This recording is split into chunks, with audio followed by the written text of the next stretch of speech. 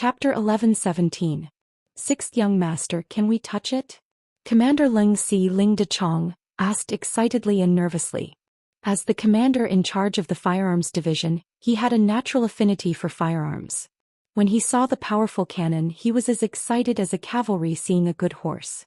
Commander Ling Chi's face was also filled with excitement, but at the same time he was also very nervous, afraid that Yang Qindong would reject him. Fortunately, Yang Qindong nodded with a smile. Of course, this thing isn't made of paper. It won't break. This sentence also caused the crowd to burst into laughter. Then everyone walked up and touched the metal thing that was rumored to be powerful. Even the commander of the 1st Cavalry Division, Tian Hu, looked at it curiously. In the era of cold weapons, cavalry was already a very powerful existence. The Mongol Empire was the one who used them to the extreme, and they had once conquered a huge piece of land. It wasn't until firearms appeared that cavalry went from glory to decline. Based on this, Tian Hu shouldn't like firearms. Just like the commander of the new army, Su He, who led a cavalry division, he obviously didn't like firearms. He thought that the appearance of firearms suppressed the development of cavalry. As a student of the Yang Family Academy, Tian Hu didn't think this way. Or rather, he didn't like it, but his rationality told him that the situation was irreversible. Since that was the case, it was better to learn more and accept new things and new technology so that they wouldn't be eliminated by society. After a quarter of an hour, the entire body of the 122mm howitzer had been touched by everyone. Yang Qindong said, "You've seen the cannon. Next it's up to you guys to see how you perform. In short, you must find Ashikaga Yoshimasa's main tent. Only then can the power of the cannon be maximized, and it's time for us to counterattack." Understood. When it came to serious matters, all the generals became serious and replied in unison. Yes, Yang Qindong's plan was to capture the ringleader first. As long as they could bombard Ashikaga Yoshimasa without a leader, the next battle would be easy. Speaking of which, this wasn't the first time Ashikaga Yoshimasa was threatened by cannons.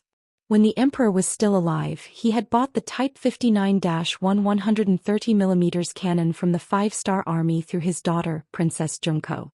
This cannon had a longer range than the Type 122mm howitzer, and he had spent a total of 10 to 20,000 taels of silver to buy it. It could be said that the emperor had used up all his money. The 122mm howitzer was only halfway to its target. This time, if it wanted to show off its power, it had to find Ashikaga Yoshimasa's specific location first. This matter could only be entrusted to the various generals, and the generals who already knew everything were all thinking about how to complete this mission and earn some merit. Outside Ping in Beijing, the 500,000-strong Japanese Empire's army stood in a continuous line. They maintained a distance of more than 10 li between the two sides, indicating that they were cautious and prepared. All the generals' tents had to be pushed back by 5 li to make it safer. However, as the great general, the commander-in-chief of the 3 armies, Ashikaga Yoshimasa's tent had to be pushed back by 5 li to make it safer. The distance of 25 li from the city gate made Ashikaga Yoshimasa's entire body feel safe. Especially when there were several fake main tents in the surroundings.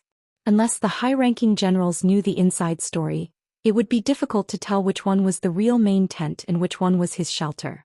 Some people didn't think much of Ashikaga Yoshimasa's cautiousness and thought that it was a sign that he was afraid of the 5-star army. However, for the great general who had almost lost his life to the cannons, he believed that facing the 5-star army with their advanced cannons, no matter what he did, it wouldn't be too much. This was because he had personally witnessed the scene of the great general's mansion being razed to the ground. Kidby said that he would never forget it. After suffering a loss, he had to remember it. This time, Ashikaga Yoshimasa had set up his main tent in front of the rear army. After the middle army, it was 25 li away from Ping in Beijing. Not only that, but he had also created several fake main tents to cover himself. He didn't believe that the 5-star army could do anything to him this time. In modern warfare, military headquarters were built very hidden. Even radar couldn't detect it. This was because they were worried that the enemy would directly lock onto them and kill them. Speaking of which, this was called being cautious. In comparison, although Ashikaga Yoshimasa had also made some preparations, his level was too low. As the director of the Japanese Empire's Intelligence Bureau, Guan Xing had already made arrangements. He was just waiting for Ashikaga Yoshimasa to reveal his approximate location and report it through the radio. What the 5-star army needed to do was to force out Ashikaga Yoshimasa's exact location. As for how to do this, it wasn't difficult. They only needed to launch a large-scale attack. Once the enemy's formation was in chaos, the main tent with the most people would naturally be the target of their attack. It's up to you. On top of the North City Tower in Ping'an, Beijing, Yang Qindong, who was wearing a golden armor, looked at the generals below with bright eyes and spoke with confidence. Please rest assured, 6th young master. All the generals who led the troops were also very excited and replied with a firm expression. This time, only one regiment of the new army was left behind to take care of the daily security of Ping'an, Beijing, including the 5 foreign divisions. This showed Yang Qindong's great determination to destroy the Japanese Empire in one battle. No one would have thought that Yang Qindong would actually adopt a posture of attacking with all his troops when he was outnumbered. And it was precisely because of this that they were able to catch the enemy off guard and gather the enemy in one battle. Open the city gates. Yang Qindong ordered in a firm tone. Open the city gates. Beta Persei on the side shouted with his loud voice. Then the thick and heavy city gates of Ping'an, Beijing were pushed open from the inside. The 2nd Division, who had been waiting here, was the first to rush out. The order in which they exited the city was based on the order of strength. First was the 5 foreign divisions, followed by the 1st Reserve Division, then the 4th Division and the 7th Army. Finally, the new army and the 1st Cavalry Division were the last to exit the city gates. The purpose of this was to ensure that when they launched an attack, their steps would be orderly. Otherwise, the cavalry would have already rushed out far away before the infantry behind them could catch up. This way, it wouldn't have the effect of shocking the enemy, nor would it create a powerful momentum. One by one, the 5-star army walked out of the city gates and approached the Japanese army on the battlefield. When this scene was seen by the scouts, they immediately reported it to the generals of the front army. After that, the news continued to be reported to the main tent at the rear. At the beginning of the first day, the Japanese army wasn't surprised to see the 5-star army send out troops. In their view, it was clear that the enemy couldn't hold back and wanted to send out troops to test them. They only needed to wait in place and wait for the enemy to be exhausted. If the other party was just testing them, they shouldn't launch any attacks. But if they launched an attack, they only needed to fight back. In the end, the initiative had always been in their hands. And as the 5-star army rushed out one after another, the number of people increased more and more. First, it was 20,000, 60,000, 100,000, 150,000, 200,000 people. It was already far beyond their expectations. At this moment, some people finally couldn't hold back anymore. All kinds of reports and messengers quickly rushed back. No matter what kind of disguise they used before, when those messengers appeared one by one and gathered in the main tent, Ashikaga Yoshimasa's real location was completely exposed. There were 4 things that Ashikaga Yoshimasa didn't expect. First, he didn't expect that after putting so much effort into disguising himself, it would be exposed so quickly. Second, he didn't expect that there were already some Japanese army soldiers around his main tent who had been bribed by the management. So when his position in the main tent was exposed, the news had already spread quickly. Third, he didn't expect that the 5-star army had already prepared a lethal weapon with an attack range of up to 30 miles. Fourth, he didn't expect that there would be something like a telegram which could actually send a message thousands of miles away in an instant. All kinds of unexpected things made Ashikaga Yoshimasa meet the messengers one after another. Before he was ready to move his camp, a heavy whistling sound resounded in front of him. Then the first artillery shell fell from the sky and landed on the ground more than 10 meters away from his main tent. The destructive power of the 122mm howitzer is far from what the 100mm mortar can compare to. With just one shot, a huge pit of 3 meters deep was blown out. At the same time, the surrounding 20 to 30 meters were all affected by the aftermath. Among them was Ashikaga Yoshimasa. At the moment when the main tent was blown away, he was also injured by the aftermath of the artillery shell and fainted immediately. This was also because the guards around him were doing their duty. When the explosion happened, they instinctively protected him. Otherwise, he wouldn't have been injured by the explosion, he might have been directly killed by the explosion. The war is about to begin, and as the commander-in-chief, Ashikaga Yoshimasa was actually injured by the explosion and fainted. It suddenly gave people a feeling that they were a group of dragons without a leader. The ones who suffered the most were the scouts sent by the various armies who were waiting for orders. Now that the commander-in-chief was unconscious, they didn't know what to do next. If they didn't have perfect cooperation and fought separately, wouldn't they be defeated one by one? Logically speaking, if the commander-in-chief wasn't here, the other vice-commander-in-chief could also stand up and take up the responsibility. It was Ashikaga Yoshimasa's fault for being used to holding power. He was afraid that others would covet his power. He did many things himself, so other than himself most of the others were just decorations. They didn't have any authority. At this moment, it was impossible to pull out someone to take charge of the situation. Chapter 11:18. The other deputy commanders knew that it was useless to say anything now. They arranged for people to protect the unconscious Ashikaga Yoshimasa as they retreated. At the same time, they said to the scouts who had not been assigned to work, "Go back and tell your general to defend with all his might. Once the general's body gets better, he will immediately arrange for a counterattack." After they finished speaking, the people in the main tent began to quickly retreat. Needless to say, these people could already see that the situation was unfavorable. If they did not escape now, they would not have any chance to escape. The other scouts looked at each other, then helplessly shook their heads and left. The so-called words of the deputy commanders were not credible at all. What did they mean by defending with all their might? What should they do without a plan? Who would protect them from the flanks? Without a plan, wouldn't they fall into danger at any time?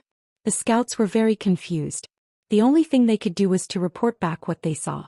As for what to do, it was up to their general to decide. A cannon from afar blew up the army camp, and the general was crippled before the battle began. The news of Ashikaga Yoshimasa being injured and unconscious quickly spread through the army camp. It also reached the ears of Guanxing. Another urgent telegram was sent to Yang Chendong. This made him, who had been bitterly waiting for news, unable to help but heavily slap the desk in front of him. He laughed heartily and said, "Good, the heavens are helping me. Pass down the order, the entire army will attack according to the plan. Take advantage of the enemy's weakness and take his life." Without a general, the enemy was like a person without a brain. Even if he had 4 limbs and was powerful, what was the use? He was just a human punching bag. On the main battlefield, Yang Chendong's order was quickly passed down to the various troops by the scouts. The 5-star army, who had been waiting for the final attack, became excited. Their battle cries were loud and could be heard clearly from more than 10 miles away. Then the army attacked, heading straight for the enemy camp. Back to the Japanese army, the news of Ashikaga Yoshimasa being knocked unconscious had already spread. This made some of the generals have a bad feeling. On the battlefield of 500,000 soldiers, without a unified command, how chaotic would it be? If they couldn't cooperate with each other, how could they unleash their strength to the extreme? Since that was the case, should they choose to fight against the 5-star army's main force without any command? Or choose to retreat? Everyone had different ideas and thoughts. He kept making more and more choices between fighting and retreating. As a result, there were people retreating and people fighting. Not to mention the retreating army. After they left the battlefield, there were a lot of empty positions, which was the most fatal. As a result, some of the Japanese army suddenly realized that they had no allies left or right. What was originally a united front became a lone army. At this time, the 5-star army quickly filled in the gaps and occupied these unoccupied lands. Then they attacked from the front, left and right. The Japanese army that stayed behind to defend became targets. When faced with attacks from 3 sides, their defensive line quickly collapsed and then they were defeated. The good situation was ruined in an instant. Especially the cavalry of the 1st Cavalry Division and the new army. Wherever they went, no one could stop them. Infantry was inherently weak against cavalry, and the morale of the army was shaken. The outcome seemed to have been decided long ago. This directly led to the encirclement of the Japanese Empire's lone army. They were heavily injured and then they surrendered. When the 5 foreign divisions arrived at the front lines, they could only accept prisoners and various supplies. This made them somewhat unwilling. But there was no other way. In terms of speed and impact, they were far too inferior to cavalry.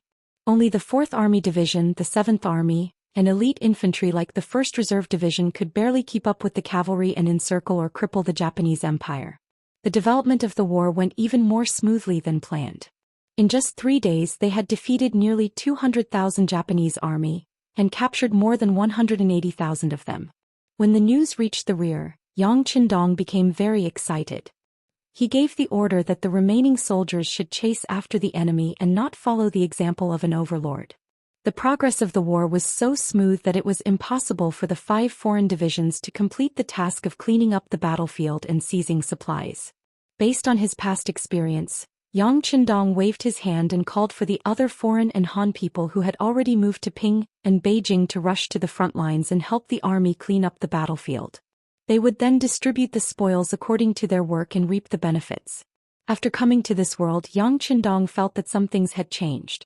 For example, using firearms to defeat cold weapons wasn't as exaggerated as it was described in history, where a few people could defeat thousands or even tens of thousands of people.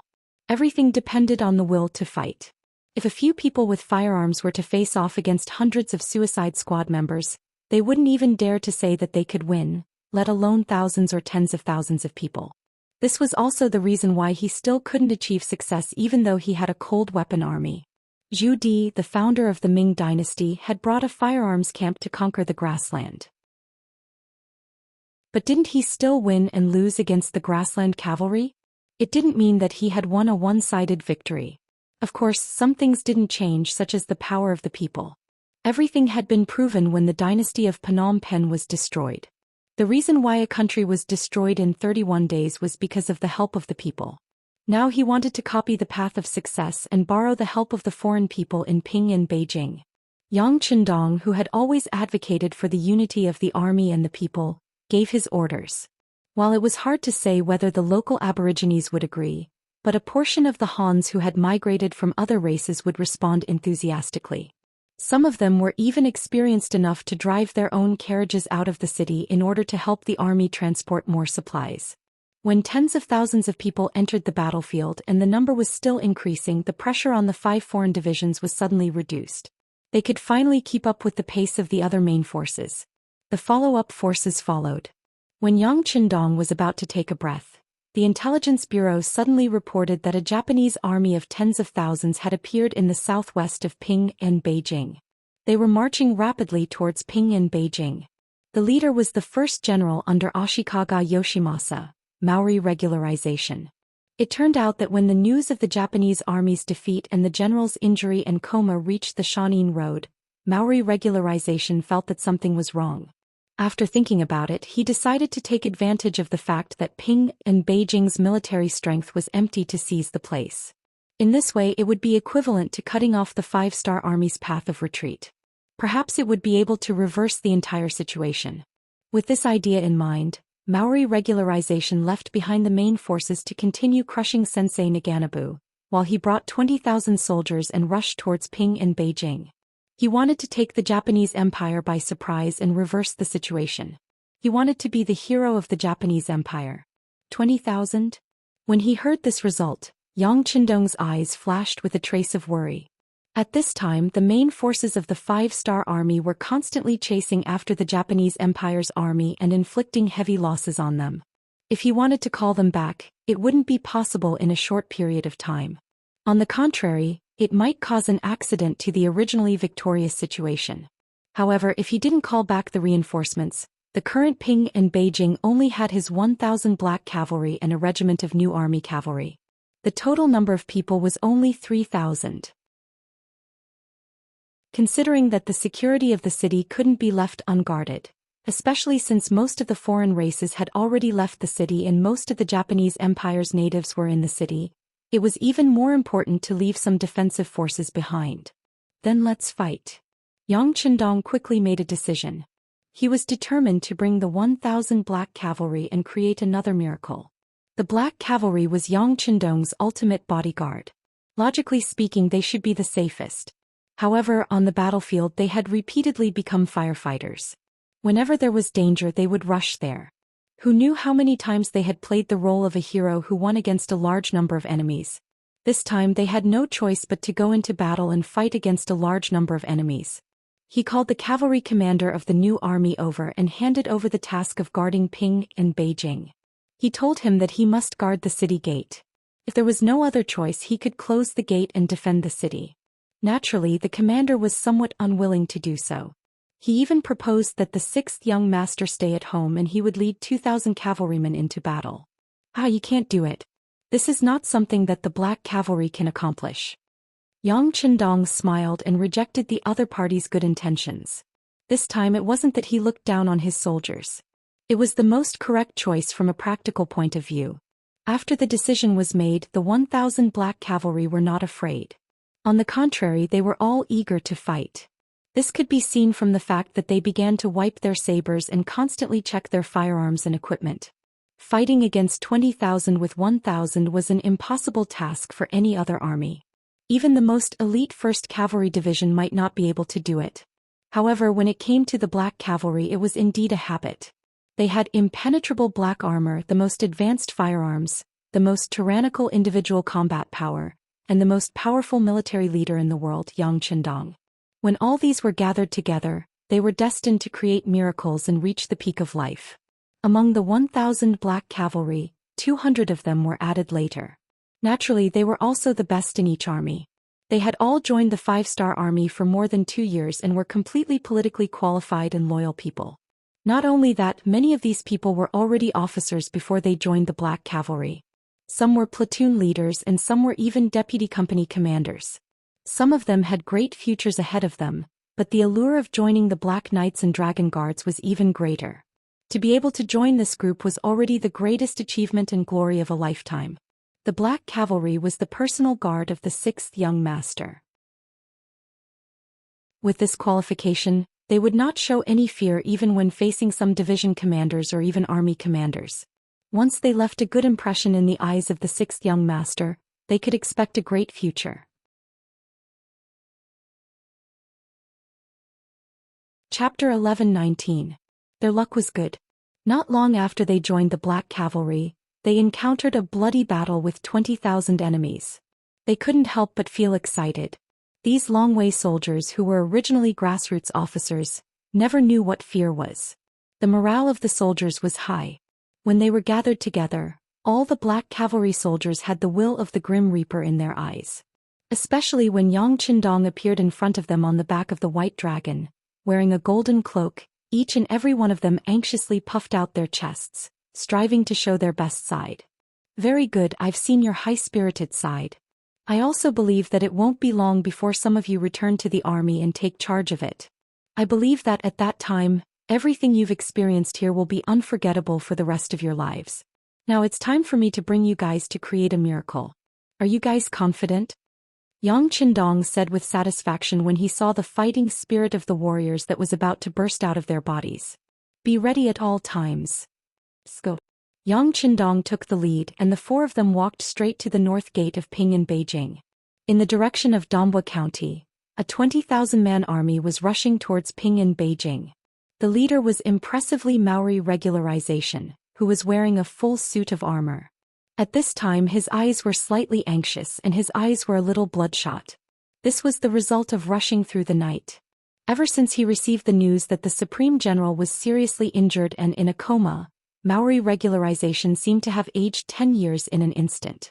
Towards this person who was her life's benefactor, the 2 of them had more of a snuggling relationship.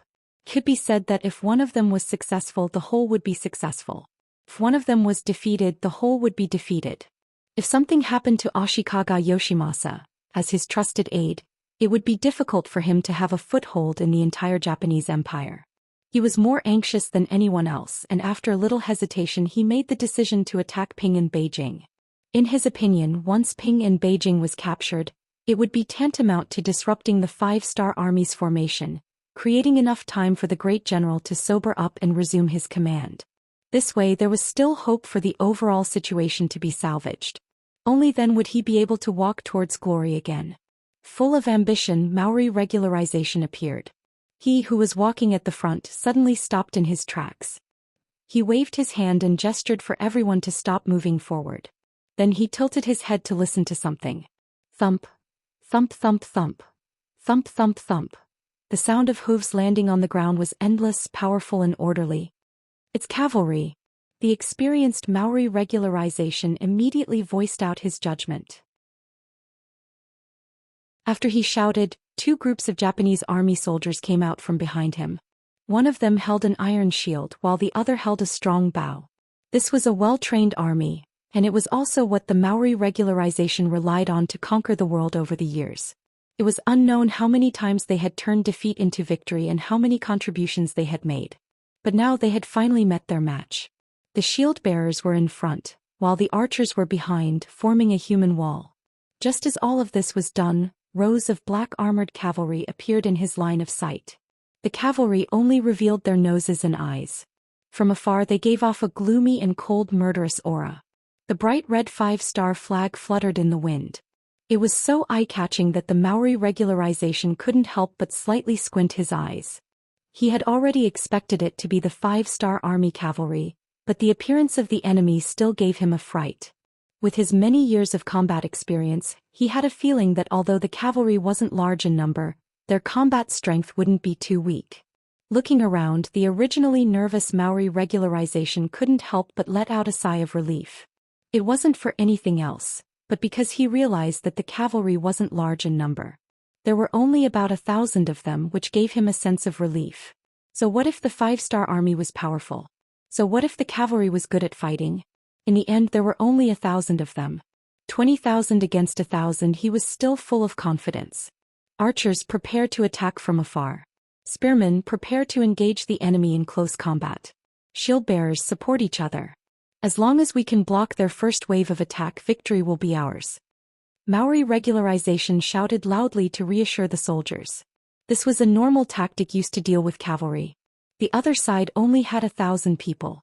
In Maori regularization's view, it wouldn't be difficult to stop them. If you don't understand your opponent, you will never know how powerful they are. The next scene showed the importance of knowing your enemy. Just when the Japanese army had finished their defense and looked down on the 1,000 cavalry in front of them, the black cavalry made their move. When they were 300 meters away, the first guard captain, Chiovi, who was at the front, took out a Type 95 pistol from his back. He then opened the safety and loaded the gun. All of this was done in an instant. The 400 soldiers beside him were doing the same thing. They didn't know how many times they had trained like this.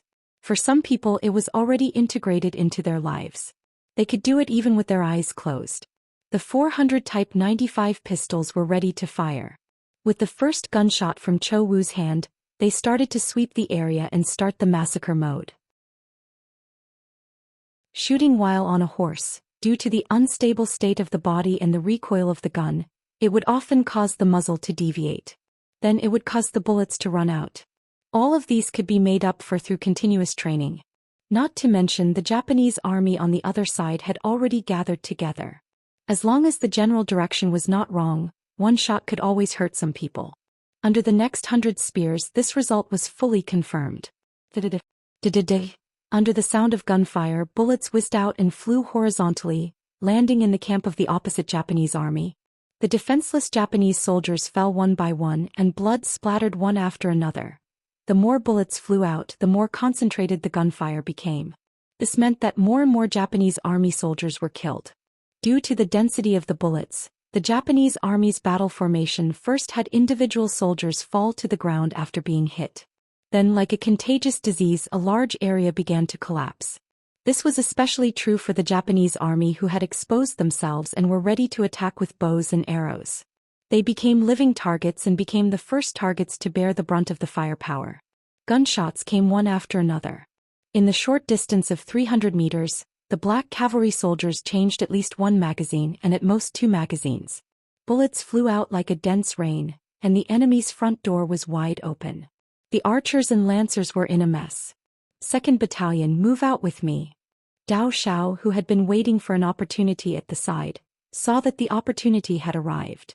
He shouted and increased his pace as he charged forward. The reason why cavalry was so terrifying was because of their speed and power.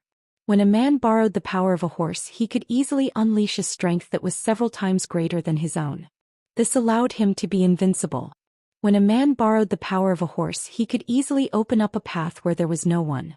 He could also kill the infantrymen like they were weeds.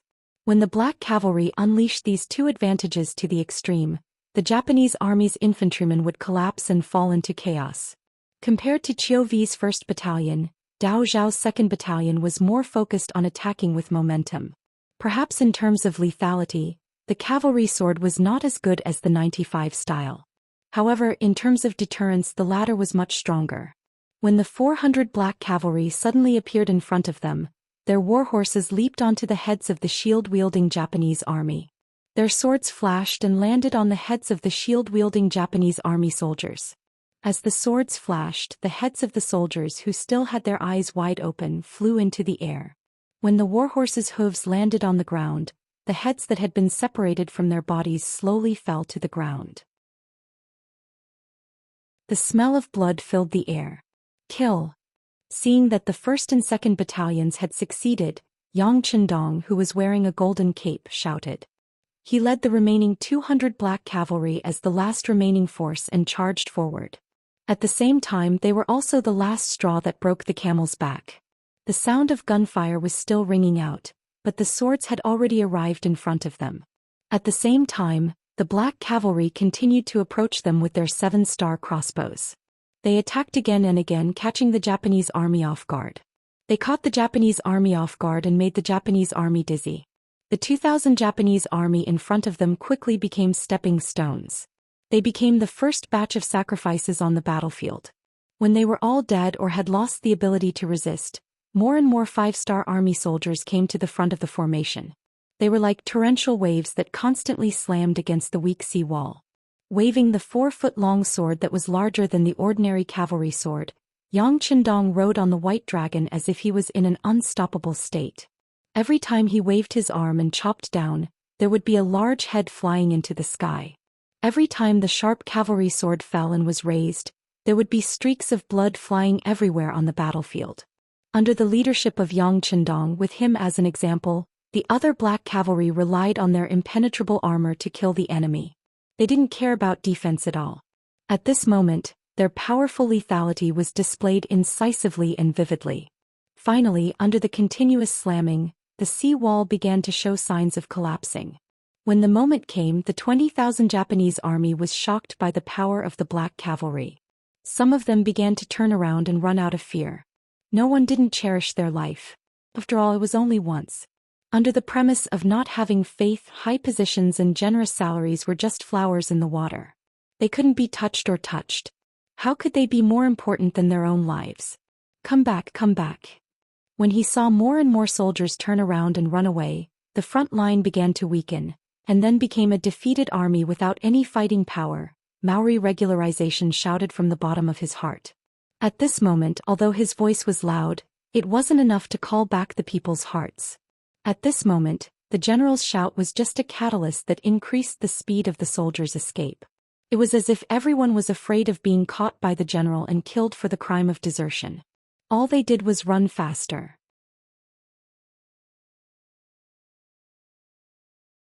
Chapter 11:20. In the blink of an eye, not even half of the 20,000 soldiers were left. It wasn't that they didn't want to escape, but that they were too slow to escape, or they were entangled by the black cavalry and couldn't escape. Among them was the commander, Maori regularization. Maori regularization was a smart man. Many years of experience on the battlefield made him know when to advance and when to retreat. When he saw how brave and sharp the 5-star army was, he shouted a few times, but he still couldn't save the situation, so he made the decision to retreat. However, those few shouts had exposed his identity and he was already being targeted. The one who targeted him was Beta Persei, the Yang family's servant, who had followed Yang Chendong for the longest time and always wanted to make contributions to the war. Protect the young master. Yang heir, who had locked onto his target, said to Badao Jiang and Ping Yu. Then he turned his horse around and headed straight for Maori Masashi's direction. At this moment, Maori regularization just turned around and left. Originally, as the commander, he was riding a horse, but at this moment, in order not to be noticed, he had already dismounted. Under the protection of his soldiers, he blended into the crowd of defeated soldiers and retreated. "Old boy, where are you going? I'm going to kill you." Seeing that Maori regularization was about to escape, Beta Persei didn't want to let him go. His naturally loud voice was not inferior to Zhang Ida's voice on the Dangyang Bridge. After this roar, many of the Japanese army in front of him were frightened. This kind of momentum made many Japanese army directly throw down their weapons and kneel on the ground. Although there was only one black cavalry in front of them, many people still gave up the idea of resisting. "Get out of my way." Beta Persei, who didn't put those small fries in his eyes at all, roared again. Then he spurred his horse forward and jumped several times. Once he even rushed over the head of a kneeling Japanese army soldier. The soldier was so scared that he closed his eyes and fainted on the ground. No one dared to stop the imposing Beta Persei, and no one would stop him. He smoothly arrived at a distance of 20 meters from Maori regularization. At this moment, the commander of the Japanese Empire also saw Beta Persei chasing after him. When he saw that Beta Persei's eyes seemed to be able to spit fire, he knew that it would be difficult for him to leave without killing this person. Maori regularization looked around and saw that there were no other black cavalry. He then looked at the 20 guards around him. A cruel sneer appeared in his eyes. "Don't be afraid. He's alone. Everyone, let's kill him together." Guards were supposed to protect the general, and they could die for the general at critical moments. Now that the order was given, more than 20 people surrounded him without saying a word. Beta Persei was not afraid of more than 20 people by himself. Not only that, but he also let out a hearty laugh under the dark mask. Good, come on, let me kill to my heart's content, huh?" Amidst the laughter, Beta Persei moved. The saber in his hand suddenly slashed out and landed on a nearby Japanese army guard, colliding with the saber that was about to be raised. They were both using sabers, but one side's strength was too great. When the two sides collided, the direct impact was that the saber was shattered. Then Beta Persei's saber fell directly on the guard's chest, revealing a huge wound that was so deep that bones could be seen. With a slight force, the saber was pulled back and Beta Persei continued to slash. At this moment, the sweat on the training ground was not in vain. During the training, he slashed 1,000 times a day, so every time he swung the saber, it was out of instinct. And every time he swung the saber, it would often bring about a spray of blood. At this moment, Beta Persei transformed into a god of death. Wherever he passed, there were corpses everywhere. This scene also scared the Maori regularization. Seeing that the number of soldiers around him was getting fewer and fewer, and there were less than 5 of them, he disappointedly turned around and fled again. "Where do you think you're going?" Seeing that the target he had painstakingly locked onto was about to escape, Beta Persei was not willing to give up and wanted to give chase. But the 5 guards surrounded him, and it seemed that they were going to risk their lives to stop him here. "Oh!" The shouting Beta Persei was angry. With a loud roar, he suddenly jumped off his horse, rolled on the ground, raised his saber and cut off the legs of a guard, causing him to fall to the ground with a wail. Beta Persei, who had dismounted, was more agile. His saber was always slashing at a very tricky angle, which was not proportional to his tall figure. It was hard to believe that this was done by this person. Others could not believe it, and it gave Beta Persei a surprise advantage. In just a few seconds, the other 4 guards were all dead. At this moment, because Beta Persei had killed too many people, his black armor had long been dyed blood red. Jumping on his horse, Beta Persei once again chased after Maori regularization, who had run 100 meters away. Taking advantage of the time on his horse, he constantly adjusted his breathing to kill his final target in the most perfect state. To be able to follow by Yang Chendong's side, he had naturally learned many things. In addition, his own strength was already not bad. If he were to meet Maori Masanori head-on, he had 100% confidence that he would be able to take him down. He would not even need 3 moves. Strong people have confidence, but there are many things that you can't do well just because you are strong. If that's the case, then wouldn't the world always be dominated by the strong and the weak have no way out? Just like now, although Beta Persei had enough confidence, Maori regularization was not to be trifled with. He had been a general for so many years, and he had always been valued by the Supreme General Ashikaga Yoshimasa, so he was always in the center of power, so he had never been short of money, and there was indeed a group of loyal soldiers around him. Just like just now, the 5 people's fierce resistance was enough to explain everything. And just after Beta Persei killed 5 people, before he could catch his breath, nearly 10 more Japanese army soldiers rushed from a distance and surrounded him. All of them were prepared to die, in order to create an opportunity for their general Maori regularization to escape. People say that even Qin Hui has 3 good friends, and it's true.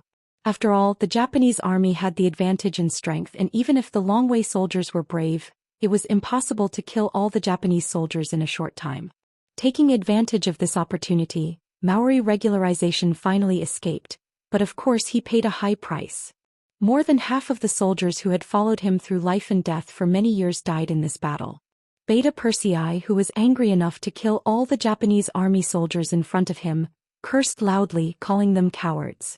His curses spread far and wide. With 1,000 against 20,000, the Dragon Guards once again showed everyone how powerful they were. Even though they had lost 200 to 300 people in this battle, their reputation was still their reputation. The Dragon Guards could not be blasphemed or offended. The Japanese soldiers fled, died, and surrendered. When the overall situation was settled, the other comrades who stayed in Ping and Beijing rushed out and took over the task of cleaning up the battlefield. When Yang Qindong saw that the overall situation was settled, he began to record the number of casualties. After learning that more than 200 people died and more than 100 were injured, he couldn't help but sigh. Although most of the casualties joined Longwei later, it was undeniable that no one who could enter this big family was simple. The loss this time was so heavy that it made him feel a little heartache. It seemed that Yang Qindong's mood was a little bad. Beta Persei, who was covered in blood, took the initiative to cheer him up. "Young master, don't worry, we will remember this hatred. It won't be long before we kill Maori regularization and avenge our brothers." "Yes, this hatred must be avenged." Yang Qindong nodded with a serious face, and his eyes fell on the distance. In this battle they defeated the Japanese army and ate half of their main force. Then, it was only a matter of time before they conquered the Japanese Empire. Shajing City. In the temporary city lord's mansion, a somewhat thin man was standing in front of a large military map at the moment. As the army commander of the new Second Army, Shajing City and Jingzhou City had not stopped for a moment since they occupied the two cities. First, they rebuilt the city and stabilized the people, then promoted commercial development and opened factories in order to achieve the goal of rapid economic prosperity. Then they gathered the morale of the army and prepared to send troops to the west. With the first city as a precedent, Shajing adopted the same strategy. First, they stabilized the foundation, then accumulated strength, and finally they attacked the outside world. The idea was good, but changes came with it. Yang Qindong's sudden attack on the Japanese Empire caused Baiming's dissatisfaction and even a crisis. The direct result was that the pressure on the new Second Army, which was very close to Baiming, increased. It wasn't until Baiming's Liaodong cavalry came out and reached an agreement with Nanming and Yeshen that the new Second Army couldn't even keep their current territory, let alone expand outward. The city had been besieged and cut off from the outside world for more than 20 days. The situation in the city was getting worse day by day. As the situation became more and more serious, Shajing's thoughts became heavier and heavier, and the pressure became greater and greater. Just as he was standing in front of the map with a frown, the guard outside the door suddenly reported that the infantry division commander, Su Yuan, wanted to see him. Su Yuan was originally one of Shajing's infantry generals. He had been following him since Tao City was broken. Although his ability was average, after the establishment of the new Second Army, Shajing still helped him to get the position of a division commander. He could be considered as an absolute confidant. Hearing that Su Yuan came to see him, Shajing nodded and said to the guard in a somewhat hoarse voice, "Please." Su Yuan came. He was tall and had a tiger's light in his eyes. His cheekbones were somewhat wide and he had a standard Mongolian face. When he entered the hall, a rumbling voice came from his mouth. "Military commander, I heard that you haven't eaten for a day. This won't do." Haha. Hearing his subordinate's words of concern, Shajing gently turned his head and forced a smile on his face. Then he said in a similarly concerned tone, "Mr. Su, you also have to eat on time. Look at you, you've lost weight again."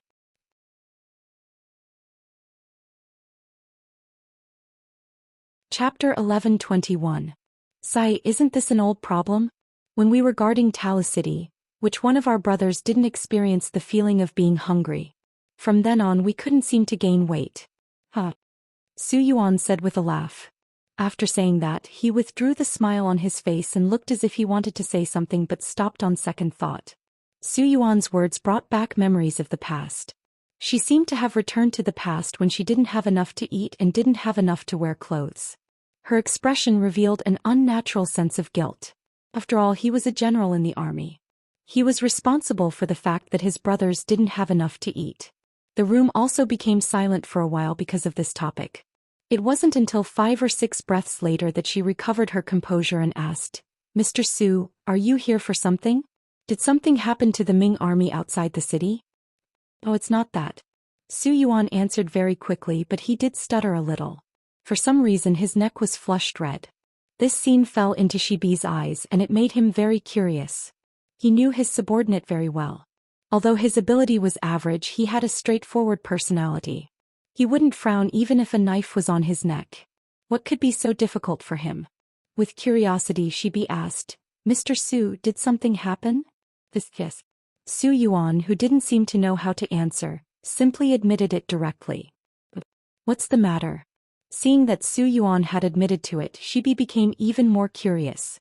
He wanted to know what had happened to make Su Yuan, who had always been straightforward, act so bashfully. In the face of Shibi's question, Su Yuan didn't immediately answer.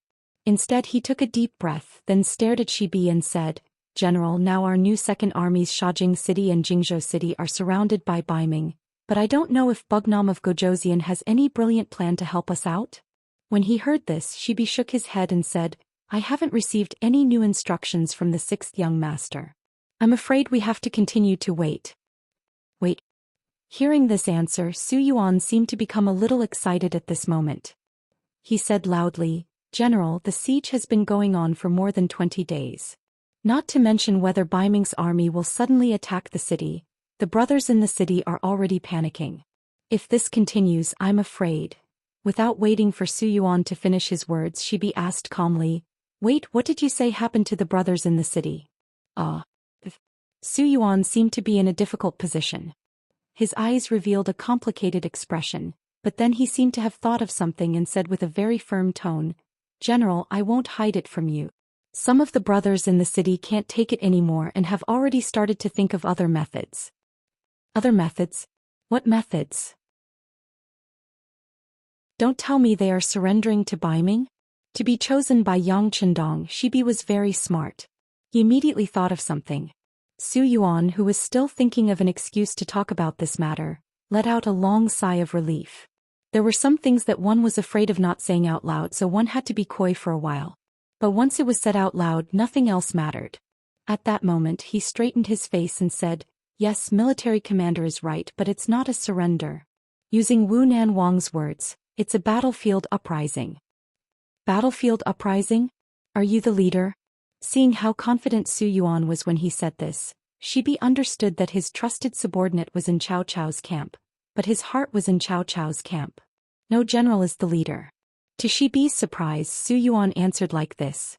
For a moment, Shibi was stunned. Then he shook his head seriously and said, "I've never said anything about a battlefield uprising, and I've never lowered my head to Baiming. But I don't know where Mr. Su heard this fake news from." "General, this is not fake news. Your subordinate is the one who made the decision for you. Of course, this is not my idea.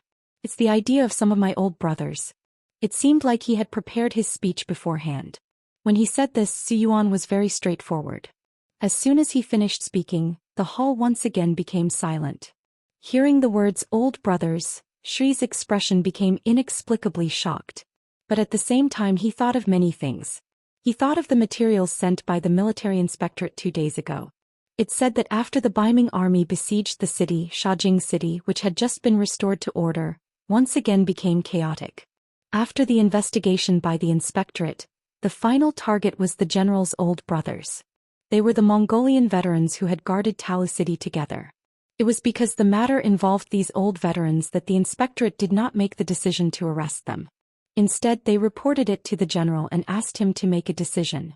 For the sake of their friendship as old brothers, for the first time, Bear Heart used public resources for personal gain to suppress the matter. Originally, he wanted to wait until the situation was less tense before he talked to his old brothers. But he didn't expect that they would take the initiative to look for him first. Naturally, the shock in his heart wasn't small, but he still couldn't understand why when they were defending Talu City, they didn't even have food to eat, but they still held on. Now that they hadn't reached that point, why were they thinking of surrendering? Confused, he looked at Su Yuan and asked, "Why?"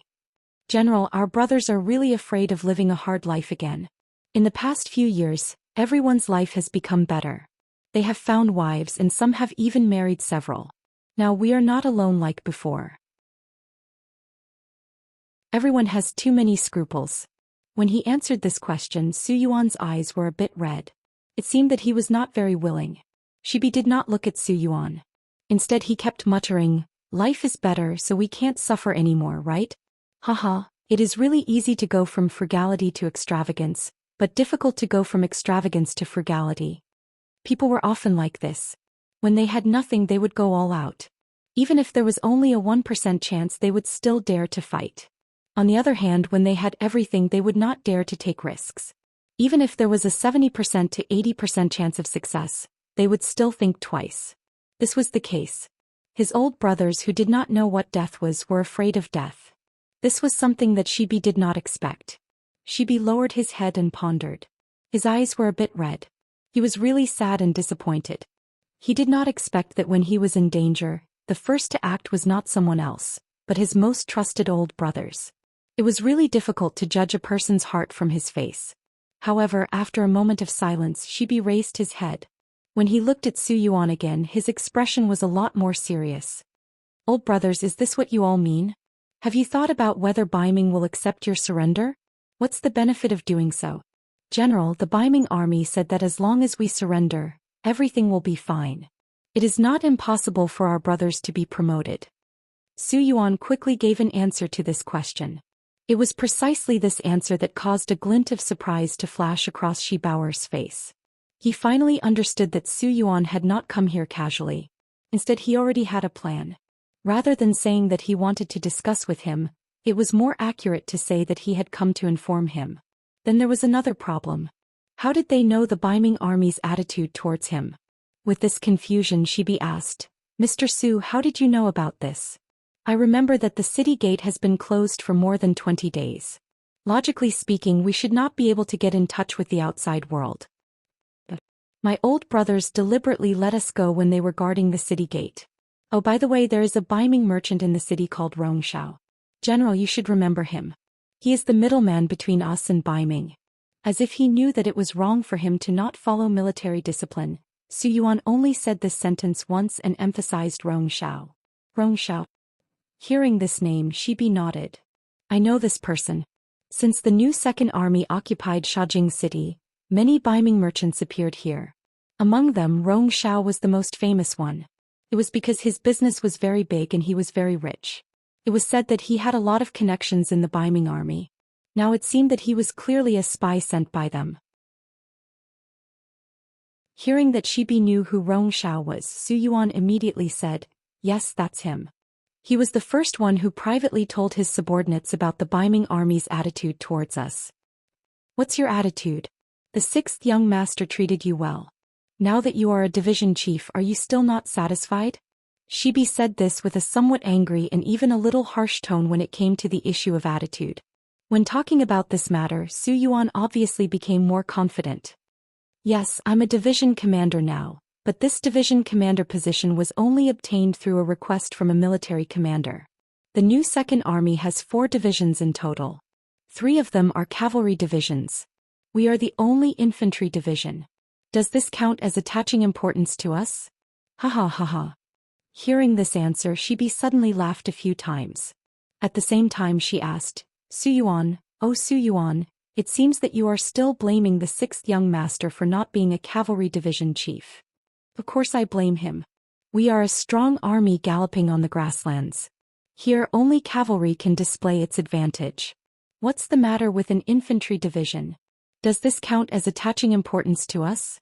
When talking about this matter, Su Yuan's face was full of anger. Su Yuan was venting the anger in his heart. How could Shibi not feel heartache? When the new Second Army was first established, he took the initiative to ask Yang Chendong to send a few fierce generals to him. Otherwise, he was really worried about the army's fighting strength. Because of this, Yang Chendong immediately agreed. The 3 cavalry division chiefs were all personally arranged by him, and they were all brave and resourceful people. As for the reason why Su Yuan was assigned to be the infantry division commander, it was actually because of his own selfishness. After all, there weren't many of his old brothers left. Relatively speaking, the infantry division was safer, which was why he made these arrangements.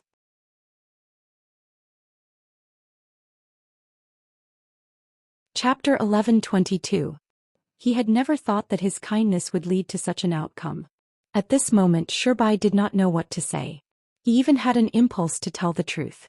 However, he knew that it was useless to say anything now that things had come to this. When a person had made up his mind to do something, it was not something that could be changed with just one or two words. More importantly, no matter what, Zhou Xian had betrayed the sixth young master by saying these words. Such a person's loyalty was no longer there. Even if he was kept, he would not be of much use. He felt sad for Zhou Yuan's future, but Shibai did not show it on his face. He was thinking about another problem, and that was whether he could use this matter to do something. He had been thinking of a way in front of the map, and now the opportunity had appeared. Mr. Su, this is a serious matter. I need to think about it. Also, I want to see Rongshao. There are some things that you can't say. I want to hear him talk about it face to face. The things that happened in Shajing City were still known to a small number of people. However, Yang Qindong was among this small number of people. 2 telegrams were sent to him one after another, and they both talked about this matter. The difference was that one was to complain and the other was to propose a solution. The one who complained was the CIA of the Intelligence Department. This Intelligence Department was started by the 7th Madam Su Monair. After continuous development, it had already begun to develop into both the military and the political. Just like the old brothers that Zhou Yuan mentioned, some of them married women who were peripheral members of the CIA. Most of these people came from poor backgrounds, and some even had a terrible past. They were rescued by the CIA, trained and sent to different places. Their identities were quite confidential and they had no contact with each other. It was considered top secret. When these old buddies began to take action and often gathered together to discuss things, some of their actions were already in the sights of the CIA. However, these people did not care at all. With pillow talk from the wives, these people's secrets were quickly learned. Then, layer by layer, they were finally reported to Yang Qindong. The other telegram was from Sherbet himself. Inside, he explained in detail what had happened and added his own opinions at the end. The gist of it was that they were faking their surrender in exchange for more time. When the 2 telegrams were delivered to Yang Qindong, he was in the middle of making arrangements to march to the northern part of the Japanese Empire. The 2 telegrams flashed through Yang Qindong's mind. Yang Qindong put them aside and continued to plan the previous battle plan. Generals, Ashikaga Yoshimasa has yet to recover from his injuries, and he has less than 300,000 soldiers under his command. At this moment, we already have the advantage in terms of military strength. Next, it's time to use all our strength to destroy them and end the war with the Japanese Empire. As the 6th young master commands. All the generals spoke in unison. Then their gazes fell on the face of Yang Qindong, who was presiding over the military meeting. Clearly, everyone was waiting for the final military decision. Good. Seeing that everyone's morale was so high, Yang Qindong nodded heavily. After that, military orders were issued from his mouth, and the war with the Japanese Empire was one step closer. After the meeting was over, Yang Qindong instructed Beta Persei not to allow anyone to disturb him. He placed the 2 telegrams in front of him and read them seriously. It was said that a fortress was the easiest to be breached from the inside. Yang Qindong never denied this point. For this reason, he set up an inspection department in the military. There were political commissars in the cold front. There was also a political department at a higher level. There were also supervision departments and anti-corruption departments in local government affairs. These were to prevent any accidents from happening. And what should come would still come. Just like the anti-corruption in the future, there were endless waves of anti-corruption. Yang Qindong never thought that there would be no problems in his army and local government. That was something that even a saint could not do. After all, everyone had their own selfish motives. Otherwise, there would not be the saying that if one did not look out for himself, the heavens would take the hindmost. It could also be said that the matter of Zhou Yuan and the others had long been within Yang Qindong's expectations. It was just that he did not expect that the problem would appear in the new Second Army. Fortunately, Shibi did not let him down and did not betray him. This made Yang Qindong very gratified. He was sure that Shibi was not clear about the situation in the CIA. This made his approach even more commendable. Especially at the end of the telegram, Shibi pleaded for mercy for Su Yuan and the other old brothers. He only needed to beg for their lives. This showed his noble moral character. Sigh, the sky is going to rain and the mother is going to get married. The 5-star army does not lack people. Let them be. With a long sigh in his heart, Yang Qindong made the final decision. Then he waved his pen and sent a telegram back to Shibi, agreeing to all his actions. In accordance with the principle of not giving orders in foreign countries, he allowed Shibi to take the lead. If Shibi needed any help, Yang Qindong would do his best to satisfy him. After the telegram was sent to Beta Persei and Wang Shan secretly sent it out, Yang Qindong's gaze fell on the war in the Japanese Empire again. The overall situation of this war had basically been decided. The next step was just a matter of time. If the problem here could be solved earlier, the difficult situation of the new Second Army would be solved earlier. Yang Qindong felt a lot of pressure. Tokai Road, Seiko County. It was the central area of Tokai Road. At this moment, it had become the base camp of Great General Ashikaga Yoshimasa. Ashikaga Yoshimasa, who was injured and unconscious, had already woken up a long time ago. Fortunately, he had a good physical foundation. He was only injured and did not endanger his life. It was just that when he woke up and learned the result of the war in front of him, he was so angry that he fainted again, which was depressing. When he woke up again and began to take charge of the military, the number of generals around him had decreased a lot. First, the sneak attack of the ninjas caused him to lose 20 capable confidants. Then the defeat of the army outside Ping and Beijing caused him to lose half of his generals. Now there were less than 20 people standing in the main tent, including General Maori Regularization, who gave up on attacking Shanin Road. At this point in the war, the high-spirited Ashikaga Yoshimasa had disappeared. In exchange, there was a somewhat decadent and spiritless great general. Everyone, let's talk about your opinions. After saying this, Ashikaga Yoshimasa slowly closed his eyes. At this moment he seemed to be a little tired. Even the great general was behaving like this, so the generals below him didn't know what to say. In the face of such a situation, it seemed that no matter what they said, it would be wrong. Among the generals, only Maori Regularization's eyes had a trace of light, as if he was thinking about something. When the tent fell into silence, he suddenly took a step forward. Great General, this subordinate has a plan that may be able to solve the current situation. At this time, if someone was willing to give advice, how could Ashikaga Yoshimasa refuse? Especially when this person was his confidant, Maori Regularization. He immediately sat up straight and asked, "What plan do you have? Let's hear it." "Ha." Maori Regularization nodded heavily, then said in a neither fast nor slow voice. "At present, the 5-star army has indeed gained a lot of advantages. For the first time, their number of troops has exceeded ours. Our Japanese empire is in imminent danger. But if you think about it carefully, the situation is not so. In the end, the 5-star army is just an armed force that is not willing to be recognized by Beiming. In fact, they have a lot of weaknesses. What they lack is a foundation." When these words were heard by everyone, many people felt their eyes light up. At this moment, Maori Regularization's voice continued. "Although we seem to be weak, this is the entire Japanese empire. Now that we are fighting in our territory, we have the right time, the right place, and the right people. For a war like this, we can fight for years, decades, or even longer. But as the 5-star army is an outsider, they are after all the invaders. Not to mention they have a powerful enemy like Beiming behind them. The so-called enemy of our enemy is our friend. We can take advantage of this." "Correct." Hearing this, Ashikaga Yoshimasa finally said, "Our Japanese empire was originally a vassal state of the Ming dynasty. We are one of the non-conquering states. Not long ago we once again expressed our intention to submit to Beiming, and they also accepted us.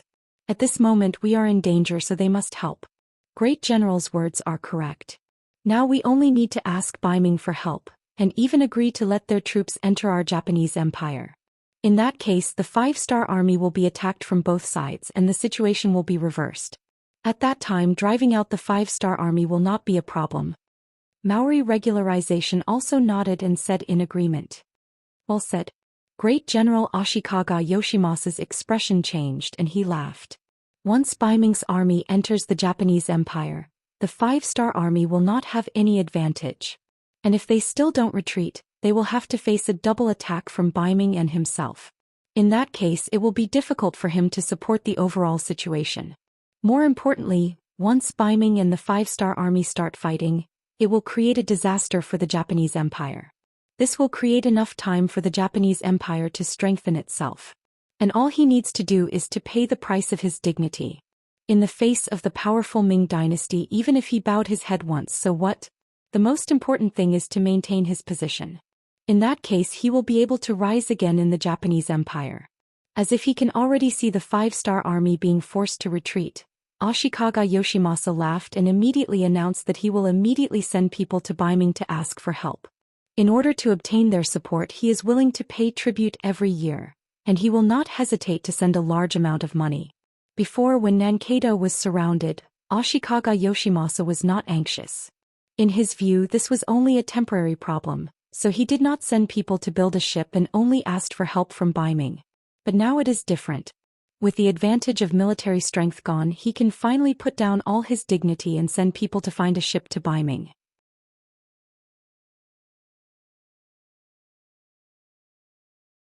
Chapter 1123. The Japanese Empire was an island country.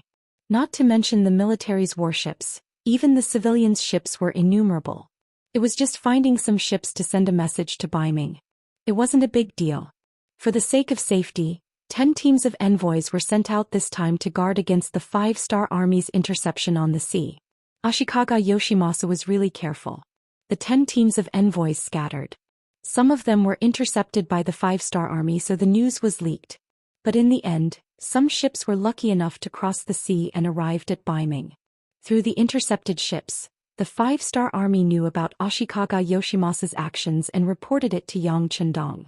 Looking at the statement sent to him, Yang Chendong coldly snorted and said, "Just a trapped beast. Do you really think you can stop my army in this way? Beta Persei, send a report to Tsuyogen. He should know what to do. Also, inform the frontline army to speed up their march. We don't have much time left." Baiming, Kyoto. The envoys of the Japanese Empire who had weathered the waves finally arrived here. Then they hurriedly sent a letter to the Ministry of Rights that was in charge of foreign affairs. In their opinion, the Japanese Empire was in danger. The Emperor of Baiming should summon them soon. But they didn't expect that they would wait for several days. It wasn't that the letter didn't reach Zhu Qiu's hands. Nowadays, the imperial power was still very prestigious. Even if the Minister of Rights was Hu Xiao, Yang Chendong's father-in-law, he still didn't dare to suppress this matter. So the problem didn't come from the Ministry of Rights, but from the imperial court. After Zhu Qiu saw the letter from the Ministry of Rights, he immediately called for a court meeting to discuss the matter of sending troops. What he didn't expect was that when it came to sending troops to the Japanese Empire, the reaction of the ministers was surprisingly similar. They all didn't agree to send troops. Among them, the Crown Prince's junior tutor, Grand Secretary and Minister of Justice Tsuyogen was the most opposed. "Your Majesty, in order to resist foreign aggression, we must first pacify our internal affairs. We haven't even solved our own problems yet, so how can we possibly help the Japanese Empire? You have to think twice before making a decision." On the surface, Tsuyogen and Yang Chendong were irreconcilable enemies. Because of this, Zhu Qiu deeply trusted and relied on Tsuyogen. Now that he was the first to speak, the other officials also began to chime in one after another. "Your Majesty, young Master Su's words are reasonable. What we should do now is to solve the problem of Shaojing and Jingzhou. We shouldn't divide our forces to help others." "Yes, Your Majesty. According to the letter, the Japanese Empire is already on the brink of destruction. Even if we send troops now, how big of a problem can we solve?" "Yes. Fighting across the sea is disadvantageous to our supplies. Once something happens, it will be a big problem. Thinking about how the Japanese Empire would often invade our seas in the past, they deserve to be in trouble now." "Everyone is right. I second the motion." "I second the motion." All kinds of opinions appeared, but the general idea was the same. That was, they should not send troops to help the Japanese Empire. The so-called, "the lips are cold and the teeth are cold," was certainly reasonable. However, Baiming and the Japanese Empire were separated by the sea, so this statement was difficult to hold. Especially in the period when the marine industry was not developed, no one would feel any danger or threat. In their eyes, Baiming's safety was the most important thing. At least the Japanese Empire, a small vassal state across the sea, was not their concern. Zhou Xian, who was sitting on the golden dragon throne, originally had a solemn look on his face. When he saw the letter of Ashikaga Yoshimasa saying that he was willing to serve Baiming for generations to come, and when he saw that the tribute would be doubled every year, he was a little tempted. Being able to gain fame and profit at the same time, this kind of thing was what the Supreme Emperor liked to do the most. However, he did not expect the officials to react so fiercely. This was really beyond his expectations. Of course, with his identity as the emperor, he could make all the decisions on his own, and the officials below could not say anything. However, right when he was exerting pressure on the five-star army and even had a great victory in front of him, it would not be a good thing if he disheartened the officials. Zhou Qiu was naturally willing to help others without affecting herself. If she could gain fame and benefits, she would naturally be willing to do it. However, he did not want the Baiming court to fall into instability because of this. At this moment he became hesitant. Zhou Qiu did not know that after Su Yozhen received the telegram from the security bureau, he immediately did a lot of work. Ever since he chose to follow Yang Chendong, he was wholeheartedly loyal to the five-star army. At the same time that Zhou Qiu was forcefully withholding the salaries of the officials, he used the money that Yang Chendong gave him to rope in many people. Right now, at least a fifth of the officials in the court had received benefits from him. At this moment it was time to show off his power. He had secretly contacted many people, and under the reasonable, polite explanation, there were many people who followed his lead blindly. For example, in the court now, those who spoke first were all arranged by him. Under the guidance of public opinion, some officials who did not know what was going on were also persuaded and expressed their own opinions. Yang Chendong's plan was effective. Considering that there were too many objections in the court, Zhou Qiu did not bring up the matter of sending troops. He only said that he was thinking about it. Using this time, Yang Chendong commanded the five-star army to gallop on the battlefield of the Japanese Empire, reducing the territory and strength of the Japanese army. It had been more than 20 days since the last time he sent out a request for help, and there was still no news that was beneficial to him. Ashikaga Yoshimasa, who was originally sitting in the military tent, could no longer sit still.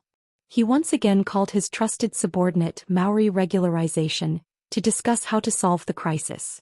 When there were only 2 people in the tent, Ashikaga Yoshimasa said, "This general wishes to send someone to send a letter to Nankeido's Kuroda and have him come to meet us.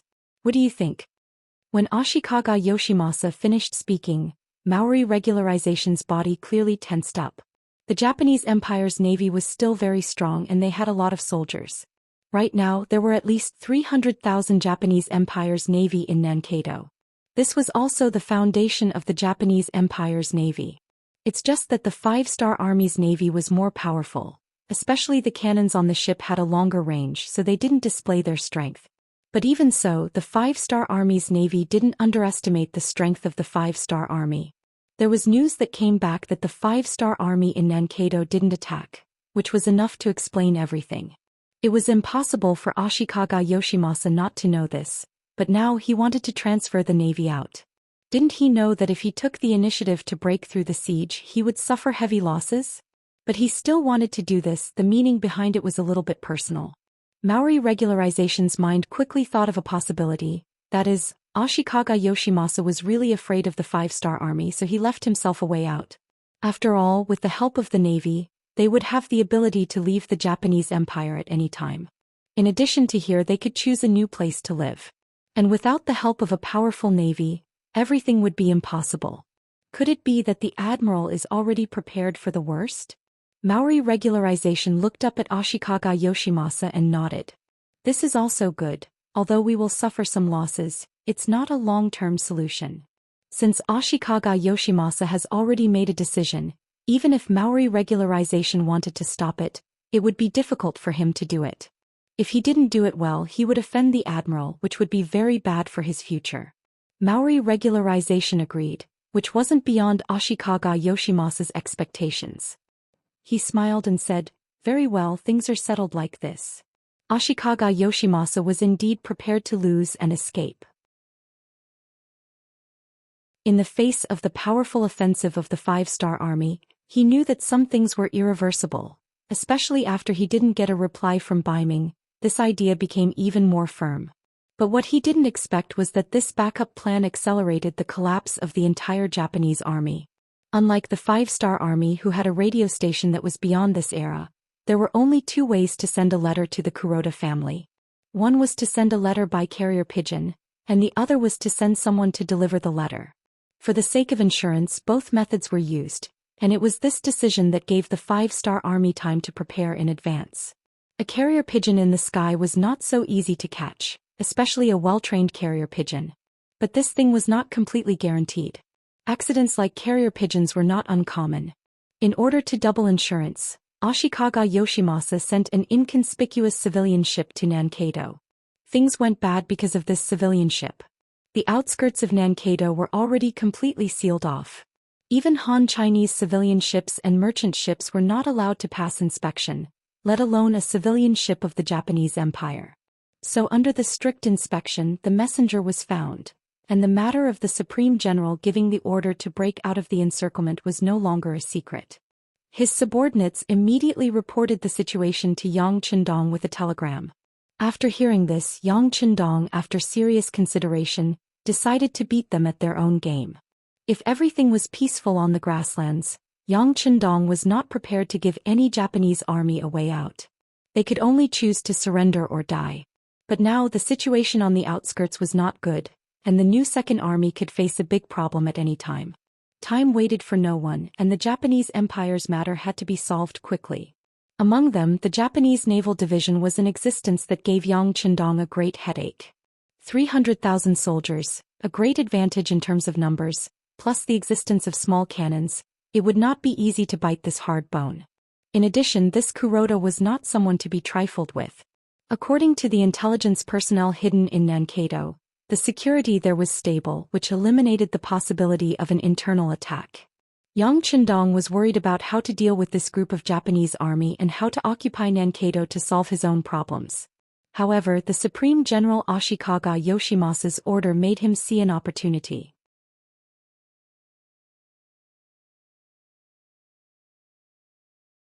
Chapter 1124. Even if they didn't have a big appetite and couldn't swallow the Japanese Naval Division, they could at least chase them away and occupy the whole of Nankeido. After Yang Qindong thought about it again and again, he sent a telegram to give the messenger from the Japanese army a chance to escape and send the information to Kuroda. Under Yang Qindong's arrangement, the messenger successfully escaped and smoothly entered Nankeido. At this time, Kuroda had already received the order from the Supreme General Ashikaga Yoshimasa through a carrier pigeon. At this moment he was thinking of a plan of action. The messenger's appearance let Kuroda know that the five-star army already knew about the plan. In a fit of anger, he directly killed the messenger. After all, the biggest advantage of an army's action was the suddenness. But now that it was gone, how could he not be angry? Of course, this was all done by the Supreme General. He only did it for double insurance. After killing the messenger to vent his anger, Kuroda had to consider the matter of breaking out of the encirclement. Although he knew that the five-star army was already prepared, the Supreme General's order couldn't be disobeyed. The most important thing was that he didn't know what kind of problems would arise if he was trapped for a long time. 5 days later, Kuroda, who had prepared everything, gave the order to break out of the encirclement. 300,000 soldiers boarded 1,000 warships carrying provisions, supplies and silver. They suddenly left Nankeido and headed towards the sea. The ones responsible for stopping them were the elite High 4 Division and High 5 Division of the Five-Star Army. In addition, there were 30,000 soldiers from the Korean Navy.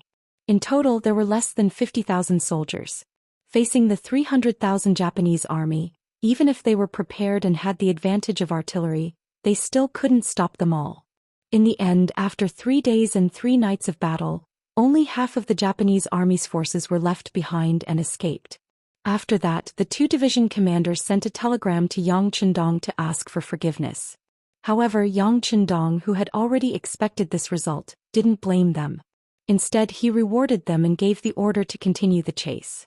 He wanted to use the speed and weapons advantage of the warships to continue attacking. In the end, he wanted to achieve the goal of blowing the Japanese Naval Division out of the Japanese Empire.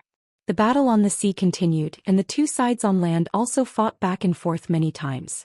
The Japanese army's morale was already broken, and the people's morale was already broken. The situation had already tilted a lot in the five-star army's favor. If this continued, it was only a matter of time. The war in one nation began to move toward the final stage. The situation on the grassland became more and more serious. The Second Army's courtyard. This was the third time Rong Xiao's appearance. The first two negotiations between the two sides did not go well, or it could be said that Xianxia was intentionally raising his status and delaying the negotiations. This time Rong Xiao had already made the final decision. If they didn't surrender, they would fight. Too much time had passed and he had already lost his patience. Or perhaps the people behind him had already lost their patience. In the end, Shajing City and Jingzhou City only had the five-star army. The four divisions added together only had a little more than 30,000 people. Baiming had already spent a lot of time and energy on them. For the higher-ups of Baiming, it would be best if they could recruit this new force. But if it really didn't work, they couldn't rule out the possibility of using force. It was precisely because the higher-ups were a little impatient that Rong Xiao's attitude was a lot stronger than the previous two times. After doing business for so many years, Rong Xiao had developed the ability to speak with people and ghosts. His smiling face had always been harmless, but the words that came out of his mouth were very sharp. General Shi, I wonder what you've thought about it since it's been such a long time. You should know that Baiming has already stationed 200,000 soldiers outside of Shajing City. We can attack whenever we want and we have the ability to break through at any time. When he said this, the smile on the chubby Rong Xiao's face had already disappeared. Instead, he looked like he was going to attack if Zhang Hing didn't give him an accurate answer. Facing the aggressive Rong Xiao, Jia Bei knew that he did not have much time left. If he delayed any longer, it was very likely that things would go south. After thinking for a while, he said, "All right, I can agree to your proposal of a battlefield uprising, but please give me some time. You should know that although I am the commander of the new Second Army, other than Su Yuan, the other three division commanders were all arranged by Bugnam of Gozhou. If I don't convince them, this matter won't work at all. You don't want to see a new Second Army that kills each other come to Baiming, right?" The reason given by Jia Bei was very appropriate. Rong Xiao had also investigated the identities of the other three division commanders, and they were indeed arranged by Yang Qindong himself. These 20,000 cavalries were a very powerful force. If they were given up just like that, the matter would not be perfect and Rong Xiao's personal contribution would also be reduced. He immediately nodded and said, "All right, but I need an accurate time." 1 month. Jia Bei gave an answer after thinking about it for a while. "No, at most 10 days. Rong Xiao refused in a businessman's tone. In the end, after bargaining between the two, 20 days was the norm.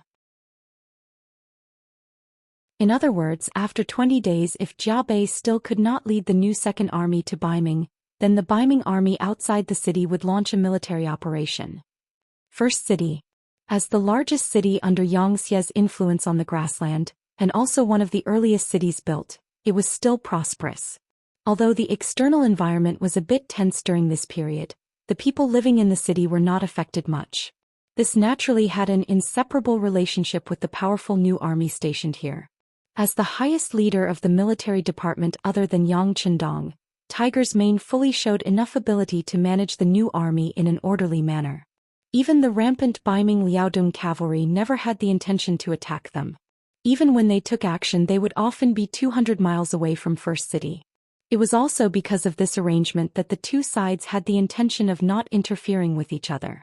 But even so, Tiger's Mane did not mean to be proud at all. On the contrary, he was not in a good mood for a while. It was all because of the matters in Shajing City and Jingzhou City. Rong Xiao was indeed a qualified businessman. He knew how to maximize his benefits. Ever since he started to come into contact with the new Second Army, he kept releasing all kinds of unfavorable remarks.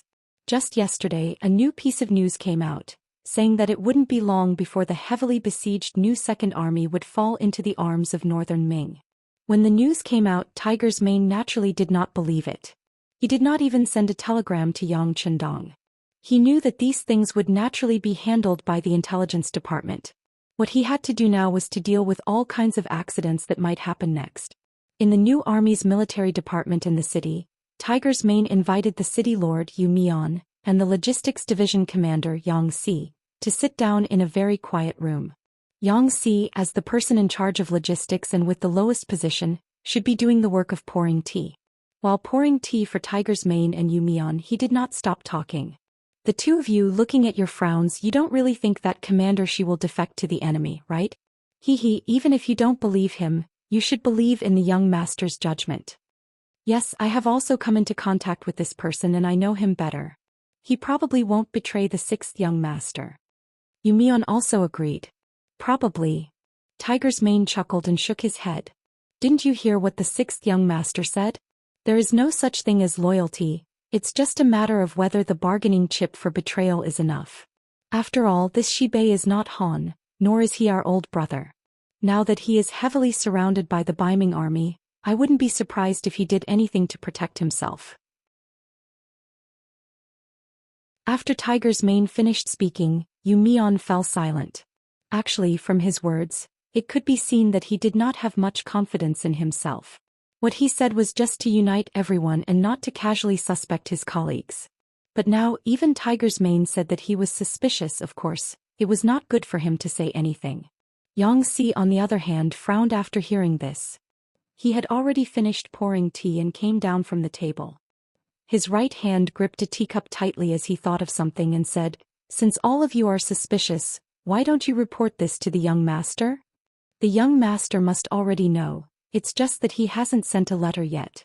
This is the part that we can't figure out," Tiger's Mane said as he shook his head. After Yang Si heard this, he was stunned at first. He didn't know what to say next. If even the sixth young master could not confirm the authenticity of this matter, then this matter was probably more than 50% true. Yang Si fell into deep thought and did not speak. Yu Mian thought of something and said, "If that's the case, then we should also make preparations early. Once something really happens to the new Second Army, I'm afraid that the next target Baiming will deal with will be us." With the new Second Army stationed in Shaojing and Jingzhou City, this was equivalent to planting a stair on the grassland. Baiming had to be cautious if they wanted to make a big move. But once this constraint was gone, everything would be very different. They could concentrate all their energy on dealing with the first city and the new army. With their supplies cut off, the situation of the new army would only become more and more dangerous. That's right, that's what I'm worried about. That's why I called you guys over to see if there's any good strategy. Tiger's Mane nodded heavily. Obviously he had thought of all this. He called the two of them over to discuss this matter. After the matter was settled, the three of them gathered together to come up with a plan. At this moment, Yang Chendong, who was far away in the Japanese Empire, had indeed received a telegram from the intelligence personnel of the first city. It described some of the rumors they had heard in detail. However, because the two cities of Shaojing were heavily surrounded, they were unable to find out the specific and real situation. Therefore, they reported everything they heard regardless of whether it was true or false.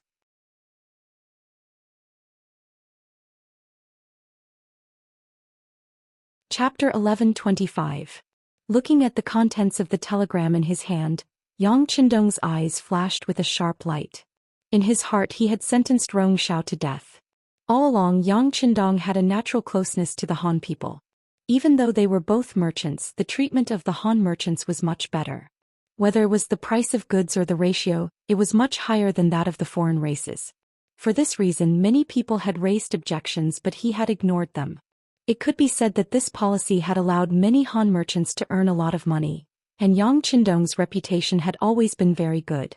However, when the forest was big, there were all kinds of birds. There were still some people who were not satisfied. They even secretly went against Yang Chendong. Rong Xiao was a typical representative of this. Of course, without Rong Xiao there would still be Wang Xiao and Li Xiao. However, who told him to run into the muzzle of the gun.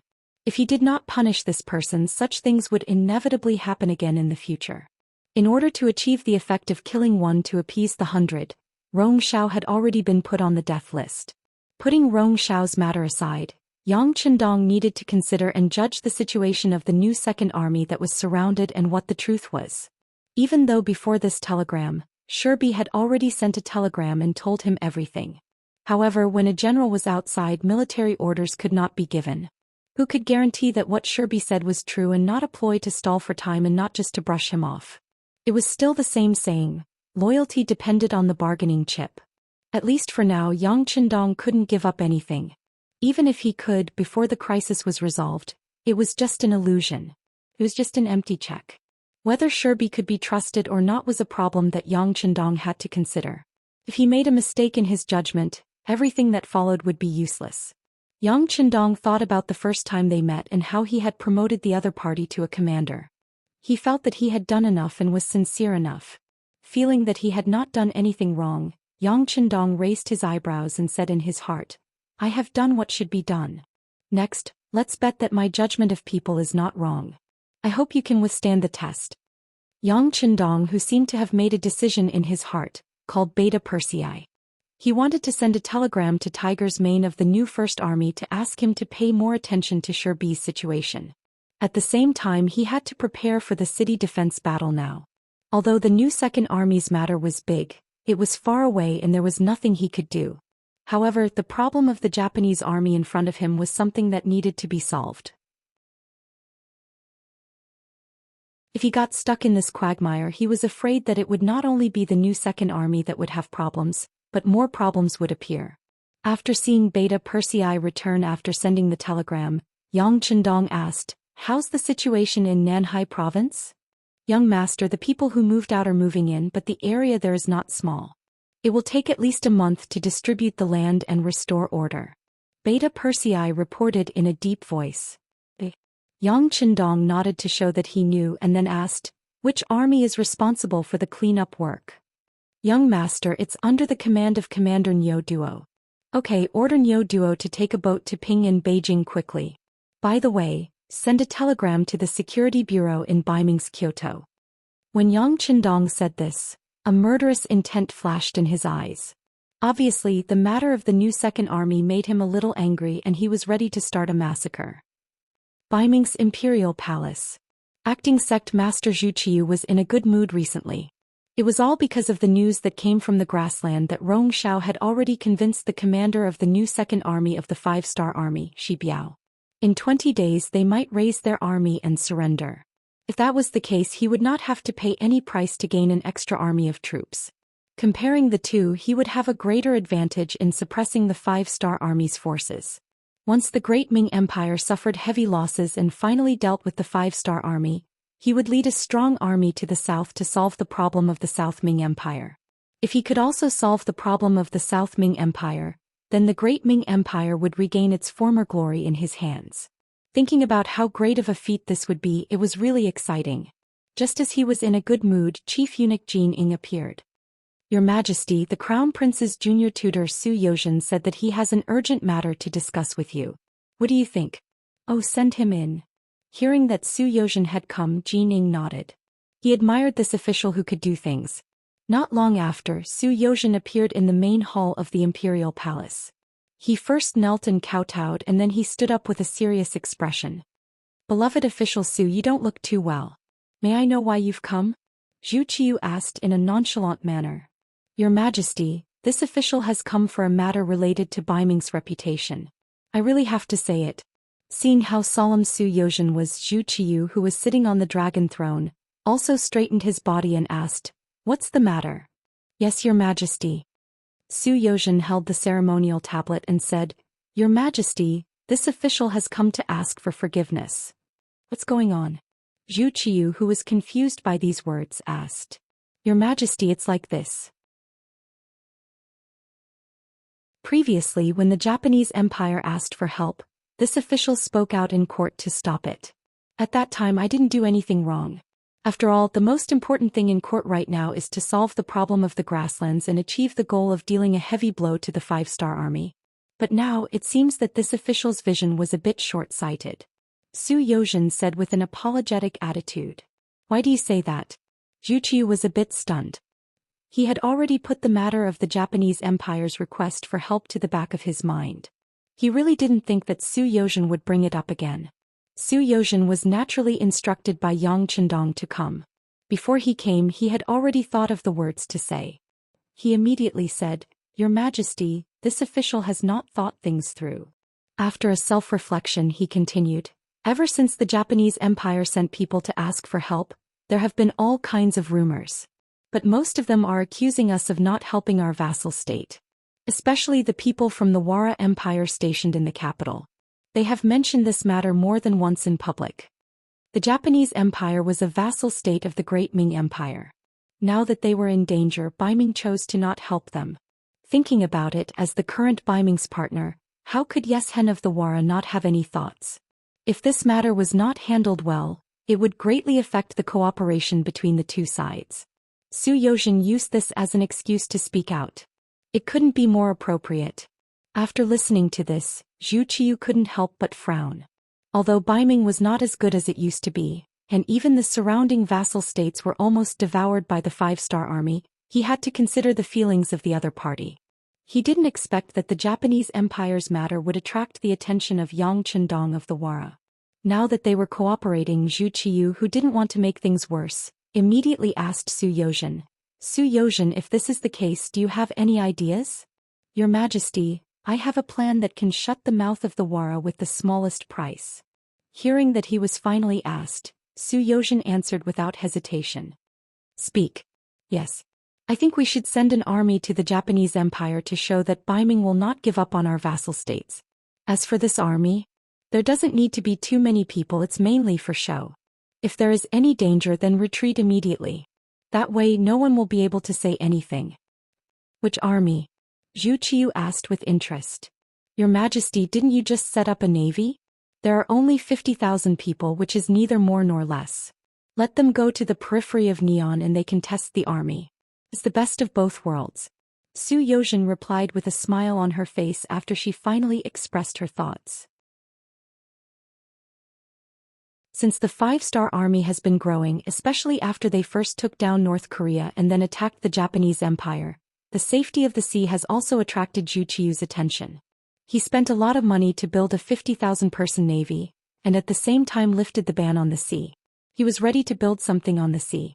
In Zhu Qiu's opinion, even if they can't dominate the sea like the five-star army, they should at least have the power to protect themselves and have their own voice. Therefore, this 50,000-person navy was established, and the people chosen were all people who were excellent in the water. Took a lot of effort. This 50,000-person navy can be called the prototype of the Baiming Navy. Once it is done, it will continue to grow. Therefore, when he heard that he was going to send this precious army to the battlefield of the Japanese Empire, Zhu Qiu was a little against it. Su Yozhen saw that Zhu Qiu didn't make a decision immediately, so she knew what the other party was thinking.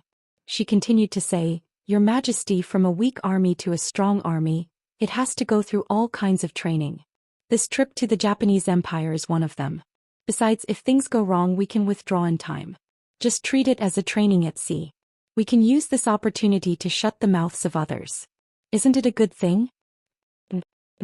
Zhu Qiu thought about it carefully and felt that there was a certain degree of truth, so he nodded. Good, since that's the case, I will discuss it with the officials of the Ministry of War. Zhu Qiu said this, which meant that he agreed.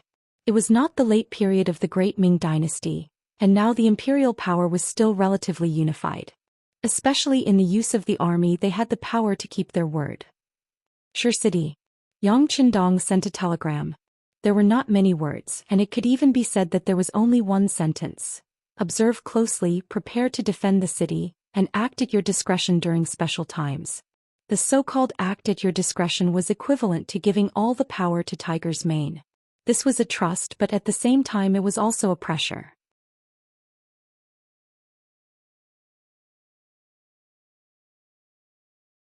Chapter 1126. It was conceivable that if the matter was not resolved properly, Tiger's Mane would inevitably be blamed by others. However, at this time Tiger's Mane could no longer care so much because he had received accurate information that the Baiming emissary had begun to negotiate with them. They had agreed to make a final decision within 20 days at the latest. Now it seemed that there were only 17 days left. It was naturally Rong Xiao who took the initiative to be able to obtain accurate information. He deliberately opened a hole in the siege and allowed a group of people from Shajing City to walk out. As expected, there were intelligence personnel from the 5th Star Army among them. As soon as he received the news, Tiger's Mane called Yu Mian and Yang Si. The three of them discussed together how to deal with the complicated situation that could change at any time. The three of them first listened to the report of the intelligence personnel who had escaped from Shajing City. When they learned that their people had seen the merchant Rong Xiao appear in the residence of the northern Ming emissary with their own eyes, and when they saw him being escorted out with a smile, the three of their faces turned somewhat ugly. The one who had the most intense reaction was Xianxia. He suddenly slammed the table and reprimanded loudly, "What does this Baiming want to do? To think that the young master trusts him so much. He actually dares to collude with foreign enemies and rebel. This is really intolerable." "That's right. I didn't expect him to be such a person." Yumian quickly agreed. At the same time he also looked very angry. Tiger's Mane's expression was not much better, but he knew that this was not the key point now. Once the new second army really joined Baiming, then the first city would become the next target.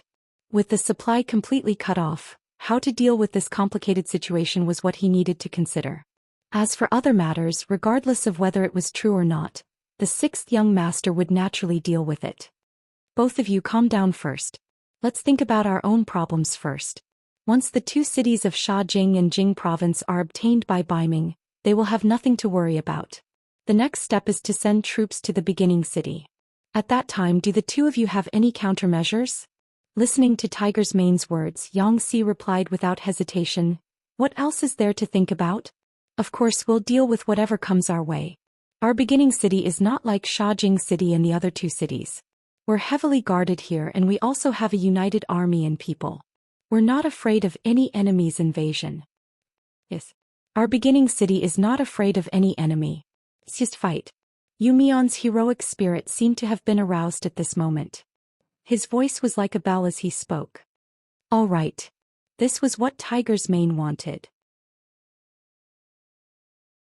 As long as everyone had the same attitude and cooperated with each other, there was nothing that couldn't be done.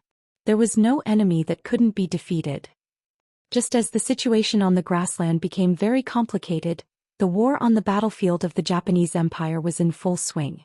After Yang Qindong issued the order for a general counterattack, more than 200,000 soldiers of the Five-Star Army launched a crazy counterattack. In addition to the cooperation of more than 100,000 soldiers of Sensei Naganabu and Fukada Tani, their total strength had surpassed the troops of Supreme General Ashikaga Yoshimasa. Having more troops than the other party did not mean that they would definitely win. However, the strength of the morale of the army and the strength of their combat power were enough to show that the scales of victory and defeat had tilted greatly. After the army left Ping and Beijing, they went straight to the north and came to the Dongshan Road. They separately conquered Jinjiang County, Mino County, Shindu County and other places. They directly suppressed Ashikaga Yoshimasa's troops in the Musashi area of the Donghai Road. On the sea, President Kuroda's 300,000 soldiers broke through the encirclement. Although they had the advantage in terms of military strength in the face of the powerful artillery of the C4th Division and the C5th Division, they fled all the way. When the 300,000 soldiers entered the Dongshan Road, there were only 100,000 soldiers left. On the land they lost many cities and lost many soldiers. Of the 300,000 soldiers, there were only 100,000 left. Under such a situation, Ashikaga Yoshimasa, who originally had millions of soldiers, only had 200,000 soldiers left. The reduction in his strength made him anxious every day. While he cursed the Five-Star Army for being arrogant, he also made preparations to abandon his homeland and leave the Japanese Empire. Compared to the Japanese Empire's continuous losses, the Five-Star Army was like an unstoppable hurricane. Wherever they went, they would not hesitate to kill anyone who resisted. Along the way, who knew how much blood they had shed. In the end, the forces that opposed the Five-Star Army were all in danger. Most of them had no choice but to surrender, while a small number of them fled. Based on the current situation, in at most 3 months, the entire Japanese Empire would be conquered by the Five-Star Army. After taking half a year to migrate and exchange people, it was inevitable that Japan would become another province under the Five-Star Army. However, at this time a telegram suddenly appeared. At the same time, the 1st Cavalry Division, New Army, and the 4th Division were all transferred back to Ping and Beijing. When the telegram was sent out, all of the generals on the front lines who received the news were confused. Seeing that victory was right in front of them, they did not know why such an order would appear. Although the Five-Star Army had over 300,000 soldiers, The only ones that could fight were the 4th Division, the 7th Army, the 1st Cavalry Division, the New Army, and the 1st Reserve Division. The rest of the soldiers, such as the 2nd, 3rd, 4th, 5th, and 6th Divisions, as well as the hundreds of thousands of miscellaneous Japanese soldiers, were left behind to pick up the leftovers. Many of them were even cleaning up the battlefield. Now that 3 powerful armies were suddenly transferred away, it was inevitable that the generals would have all sorts of guesses. However, no matter what thoughts they had, this telegram was personally sent out by Yang Chendong. Just based on this point, no one dared to disobey. After being surprised for a moment, the 3 armies packed up and stopped moving forward. Then within 8 hours they began to change direction, going from north to south to Ping and Beijing. This was the military order of the 5-star army. Once an order was given, regardless of the situation, it must be obeyed. This was also something that Xianxia's generals had to do. In the blink of an eye, the 3 powerful armies left. Although the total number of soldiers was not large, only around 50,000, it was still a big blow to the morale of the army. The 7th Army's commander, Tiansu, took the initiative to look for the 1st Reserve Division's commander. Sukuda was also a division commander, and the 1st Reserve Division's soldiers were 30,000, far more than the 7th Army's 10,000 soldiers. However, Sukuda gave Tiansu enough respect. After all, he was a member of the Cold Front series, fully equipped with firearms. "Commander Tian, please have a seat." In the face of Tiansu's visit, Sukuda did not dare to be negligent and took the initiative to walk out of the tent to welcome him. "Commander Su is too polite." Tiansu had a smile on his face. He was very satisfied with Sukuda's attitude.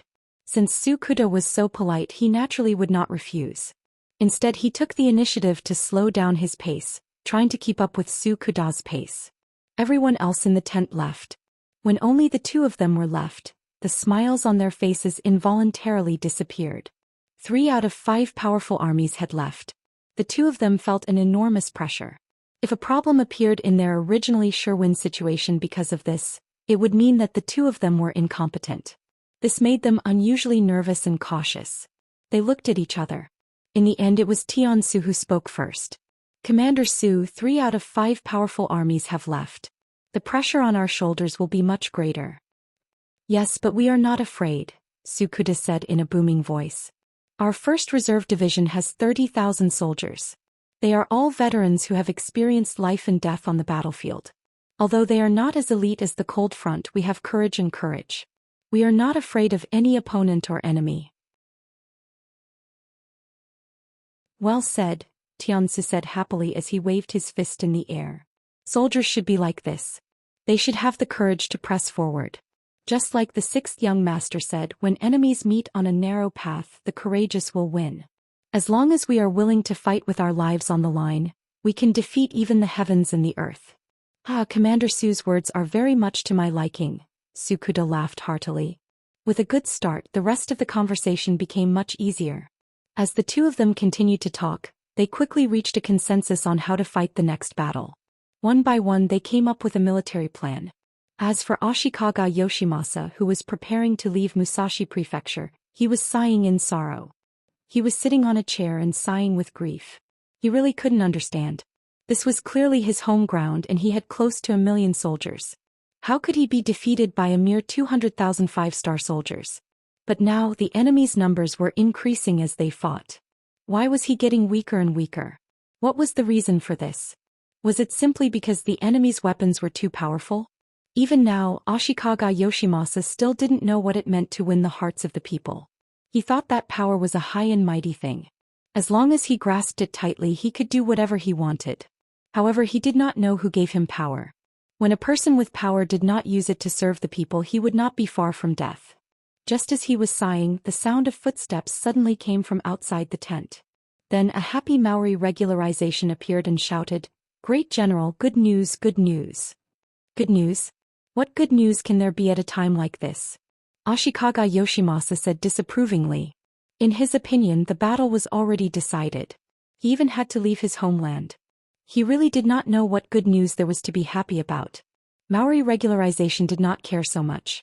He took the report from the frontline scouts and stood in front of Ashikaga Yoshimasa.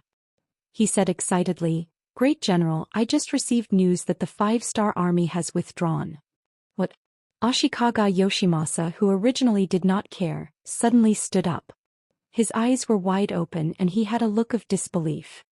Say that again.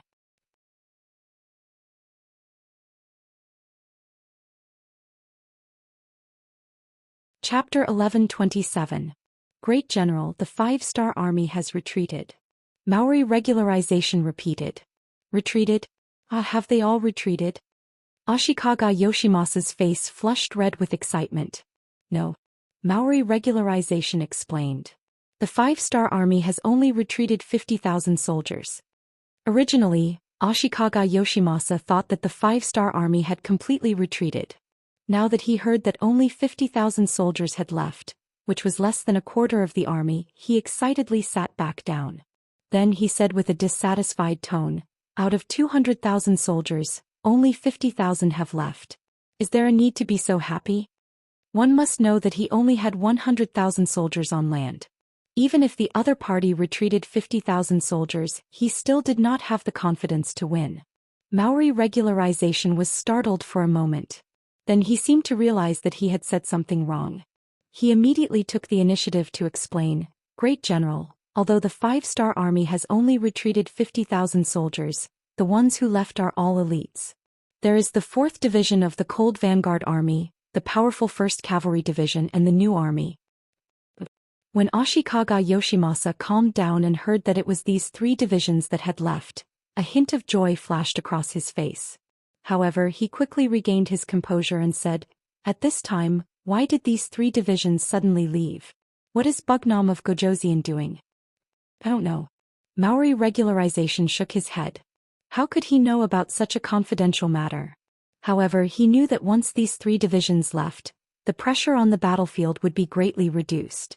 When the opportunity was right, it was not impossible to turn defeat into victory. Although Ashikaga Yoshimasa was very curious about the whereabouts of these 3 divisions, he also knew that now was not the time to ask about it. Since the 5-star army's strength was greatly reduced, he had to consider another matter, which was to turn the situation around. "Very good, the 5-star army has suddenly retreated. This is an opportunity for us. Do you really think that we are easy to bully? You actually dare to look down on this great general. At this crucial time, you actually retreated instead of increasing the number of soldiers. Good, then let's show you who's the boss. Mao Lijun, take out the map." At this moment, Ashikaga Yoshimasa's face once again showed his usual domineering expression. He wanted to seize this opportunity to turn the situation around and win the war. If possible, he was afraid that he would even take back everything that he had lost. It was not impossible. After the 2 of them discussed for a while, they finally decided to counterattack and set their target on the Japanese army of the same race. That was the 120,000 Japanese army led by Sensei Naganabu and Fukada Tani. The originally declining Mashikaga Yoshimasa family was just struggling at death's door. Once Ashikaga Yoshimasa took over the military power, the Mashikaga Yoshimasa would not be able to do anything. It would not be long before the Mashikaga Yoshimasa took over some of the families and local forces. It would not be impossible for them to be completely wiped out. However, at this time the 5-star army appeared and the war between the Japanese Empire began. The smart and insightful Sensei Naganabu took this opportunity to rise up and finally became the general trend. Now, not only did the Mashikaga Yoshimasa family regain their glory, but the number of soldiers under his command had also reached 80,000. If it was during peacetime, having such an army would be enough to make one a famous general. Even the Supreme General Ashikaga Yoshimasa would not dare to underestimate him. All of this was thanks to Yang Chendong. Especially after seeing the strength of the 5-star army and the advanced weapons, Sensei Naganabu was even more impressed. At the same time, he was prepared to follow Yang Chendong to conquer the world and make contributions. Just like what he usually said when chatting with the other generals of the 5-star army, he only had his eyes on the Japanese Empire. In the end, he was still too short-sighted. He wholeheartedly followed Yang Chendong and waited for the Japanese Empire's war to end. He wanted to see if there was an opportunity to enter Yang Chendong's eyes and then go on a campaign. Suddenly the situation changed. The 5-star army suddenly withdrew and 3 strong armies left. This move really caught Sensei Naganabu off guard. Although he did not know where the 5-star army went, he knew that since Yang Chendong gave the order, it must be carried out. However, when his gaze returned to the battlefield, he could not help but worry about his own situation. Ashikaga Yoshimasa was able to be the supreme general of the Japanese Empire for so many years, and even completely take over the imperial power. It was not only because of luck but also because this person was very capable. Now that such a big hole had appeared on his side, he did not believe that the other party did not notice and would not take any measures. And without the 3 strong armies, would the 5-star army still be able to win against the Supreme General with an overwhelming advantage? Sensei Naganabu muttered in his heart. And there was another person who had the same thought, Fukada Tani. Unlike Sensei Naganabu, who took the initiative to join the 5-star army, Fukada Tani was forced to do so by the situation. Before this, he had fought with the 5-star army. Although he lost, he still gave the order to kill the people of the 5-star army. So, even though he was also a general of the Japanese army compared to the other party, his situation was not just a little bit worse. Originally, he thought that as long as he performed well and Ashikaga Yoshimasa was destroyed, Bugnam of Gojoseon would be in a good mood, and no one would look into his mistakes. But he did not think that the 5-star army would withdraw 50,000 of their main forces, which made the originally certain victory situation become delicate again. It was now impossible to determine who would win and who would lose. This made Fukada Tani, who was originally nervous, feel a great sense of helplessness. And it was at this time that an old friend suddenly came to the military camp, an old friend that he did not expect. This person was dressed as an ordinary Japanese army soldier. When he suddenly appeared in Fukada Tani's tent, he was really shocked. Maori regularization, why are you here? That's right, the person who came was Maori regularization, the general that Ashikaga Yoshimasa relied on the most. The reason why Maori regularization was able to come here was because of the discussion between him and the general. The two of them wanted to launch a counterattack when the 5-star army's main forces withdrew. But considering that they did not have the advantage in terms of military strength, they decided to start with the 5-star army. If they could find some spies and turn some generals to their own side, the military strength of both sides would have a fundamental change. At that time, winning the battle would not be impossible. After careful consideration, the two of them decided to target Fukada Tani. Although Fukada Tani's rebellion had caused the general to lose a lot of strength. But in this world there were no eternal enemies, only eternal benefits. In order to achieve his goal, Ashikaga Yoshimasa decided to forgive Fukada Tani and give him a chance. Now that the target was decided, the general had to consider how to proceed. When Maori Masori took the initiative to stand up and express his willingness to accept and complete this mission, Ashikaga Yoshimasa was somewhat unwilling. This was the general that he relied on the most.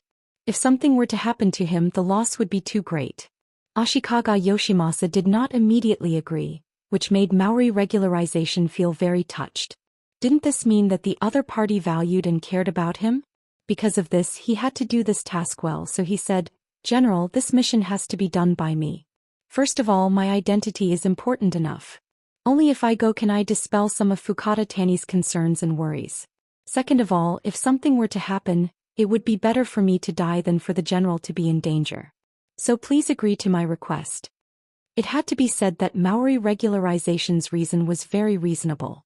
With his status, it was indeed possible for him to prove his side's sincerity. And if Fukada Tani really did not want to betray the 5-star army, taking down Maori regularization would indeed be a great achievement. The only thing that was worrying was that the risk was too high. However, Ashikaga Yoshimasa was a ruthless person after all. In his eyes, power was always the most important thing. Even if Maori regularization was loyal to him, he was just a subordinate that he could use. Since the other party was willing to take the risk and could bring him great benefits, he really had no reason to refuse. Well, since that's the case, Mao Lijun, I'll leave everything to you. After saying this, Ashikaga Yoshimasa bowed solemnly to Maori regularization. Maori regularization hurriedly dodged, then said with a touched face, "General, with your words, even if I lose my life to Fukada Tani, so what?" Just like this, Maori regularization appeared in Fukada Tani's tent. Along the way he had brought enough money. After a while of bribing, he finally appeared in front of Fukada Tani without attracting anyone's attention. Fukada Tani was very surprised by Maori regularization's sudden appearance. But after all, he was someone who had made a name for himself before. He quickly suppressed this shock in his heart. First he looked outside the tent and found that everything was normal. When he saw that his personal guards were patrolling not too far away, he felt more confident. He said to Mao Lijingzi, "Mao Lijun, I have to say that your courage is not small. You actually dared to appear here alone. Don't you know that as long as I shout, someone will quickly rush in and take your life? At that time, if I hand you over to the 5-star army, it will definitely be a great achievement."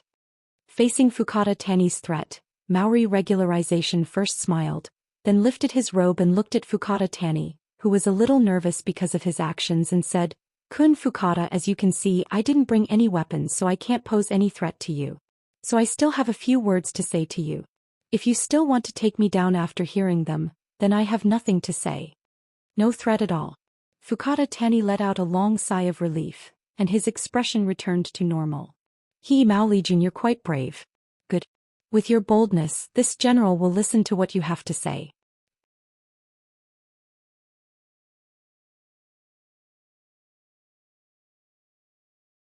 Chapter 11:28. At this moment Fukada Tani was a little relaxed and even a little happy. Especially when he saw Maori regularization, who used to order him around, lower his head. His mood was very good. Because he was happy, a smile unconsciously appeared on his face, and all of this fell into Maori regularization's eyes, which made him unable to help but have a trace of hatred in his heart. He was not a person who would not lower his head, just like when he faced General Ashikaga Yoshimasa he often lowered his head. But to a villain like Fukada Tani he was too unwilling. If it were not for the sake of this big plan he would not have done this. And even if he did this, he secretly swore in his heart that once the plan succeeded, it would be the time for him to take Fukada Tani's life. Maori regularization thought with hatred in his heart, but on the surface he lowered his head and said, "Kun Fukada, this time I came here under the orders of the general. Please, for the sake of national justice, help the Japanese Empire fight back against the 5-star army. No matter what, the Japanese Empire should be our Japanese Empire, and we should not let outsiders touch it. Otherwise, our future generations will curse us for the rest of their lives." Maori regularization still wanted to talk, but Fukada Tani said impatiently, "Japanese Empire is your Japanese Empire, not ours, right? What kind of person was Ashikaga Yoshimasa, and how much he thirsted for power as a former subordinate Fukada Tani knew very well, so there was naturally no problem with this question. "Fukada-kun, please wait for a moment. Let me finish my words. No one would be happy to have their words interrupted. If it were not for the situation, Maori regularization would have reprimanded him." "Humph." Fukada Tani snorted and turned his head to the side to express his dissatisfaction, but he didn't say anything else. Then he continued to listen to Maori regularization. "Kun Fukada, you asked a good question just now. I will answer this question now. In the future, the Japanese Empire will be our Japanese Empire. Regarding this matter, the Supreme General has already made a decision. Once he becomes the emperor in the future, he will make you the Supreme General. You will be in charge of the military affairs of the entire Japanese Empire. Oh, that's right, here's a letter written by the general himself. You can take a look." As he spoke, Mao Lijing handed over a prepared letter. In order to show his respect, he even extended both of his hands to pass it over. Initially, Xianxia had a nonchalant and joking expression on his face. However, when he heard that he would be appointed as the great general, his expression suddenly froze. Then he sat up straighter. Did the great general really say that? Of course. How could it be fake when it's written? If the Supreme General can't do it, Kun Fukada can take out this letter and announce it to the world. The Maori regularization's tone was extremely firm. With the letter in hand, Fukada Tani opened it and read it carefully. When he found that what was written was exactly the same as what the Maori regularization said, his expression became more excited. All of this fell into the eyes of the Maori regularization. After he sneered in his heart, he continued to add, "That's right, in order to express his sincerity and thank Kun Fukada for being so righteous, the Supreme General specially asked me to bring 500,000 taels of silver for you." Then 500,000 taels of silver was sent to Fukada Tani. With power and money, no one would be able to resist such benefits. In addition, the Maori regularization continued to say, "Kun Fukada, if this matter is successful, You will be the savior of the Japanese Empire. People will remember you for generations to come. This is an incomparably glorious matter. Yes, yes. Fukada Tani's face changed from a joking expression to one of surprise. He was smiling from ear to ear. At this moment he really wanted to laugh 3 times to express his current feelings. But when he saw the Maori regularization standing in front of him very carefully, he suddenly came to a realization. His expression became very serious and he said very seriously, I have seen the Supreme General's sincerity. He is right. The matters of the Japanese Empire should be solved within the Japanese Empire. How can we let outsiders benefit? Since that is the case, I am willing to raise my troops to help the Supreme General. His words were dignified and even had a sense of justice. But both of them knew that this was just an excuse. Sure enough, money can solve everything. Seeing Fukada Tani's current performance, the Maori regularization laughed. Then Fukada Tani's laughter also sounded. 8 hours later, when the sky was completely dark, the Maori regularization left. He brought Fukada Tani's promise and the plan that the two of them had discussed together. This was a good counterattack that Ashikaga Yoshimasa and the Maori regularization had thought of. They wanted to instigate Fukada Tani to rebel and then make the center blossom. When the time came, they could suddenly send troops when the 5-star army was in chaos. This way they would be able to win this war with the momentum of the autumn wind sweeping away the fallen leaves. It had to be said that this idea was somewhat risky, but fortunately they succeeded. Ashikaga Yoshimasa saw the Maori regularization again. After listening to his report, he couldn't help but slap his thigh in joy and say the word, good 3 times. Good, that's great. Mao Lijun, did you discuss to launch a counterattack in 2 days? Yes, everything has been discussed. When the time comes, Fukada Tani will naturally make a move on Sensei Naganabu. Then he will burn the provisions of the 5-star army. We will take advantage of this and attack. The Maori regularization said excitedly. Ah, very good. When the time comes, the position of Supreme General will naturally belong to Mao Lijun. As for that, Fukada Tani, you should know what to do. Ashikaga Yoshimasa looked at the Maori regularization with satisfaction and said. A murderous look flashed in the eyes of the Maori regularization, and he immediately replied, Please rest assured, Supreme General, your subordinate naturally knows what to do. First take the letter, then kill. It will be very clean. Ah, that's great. Ashikaga Yoshimasa's laughter once again resounded in the tent.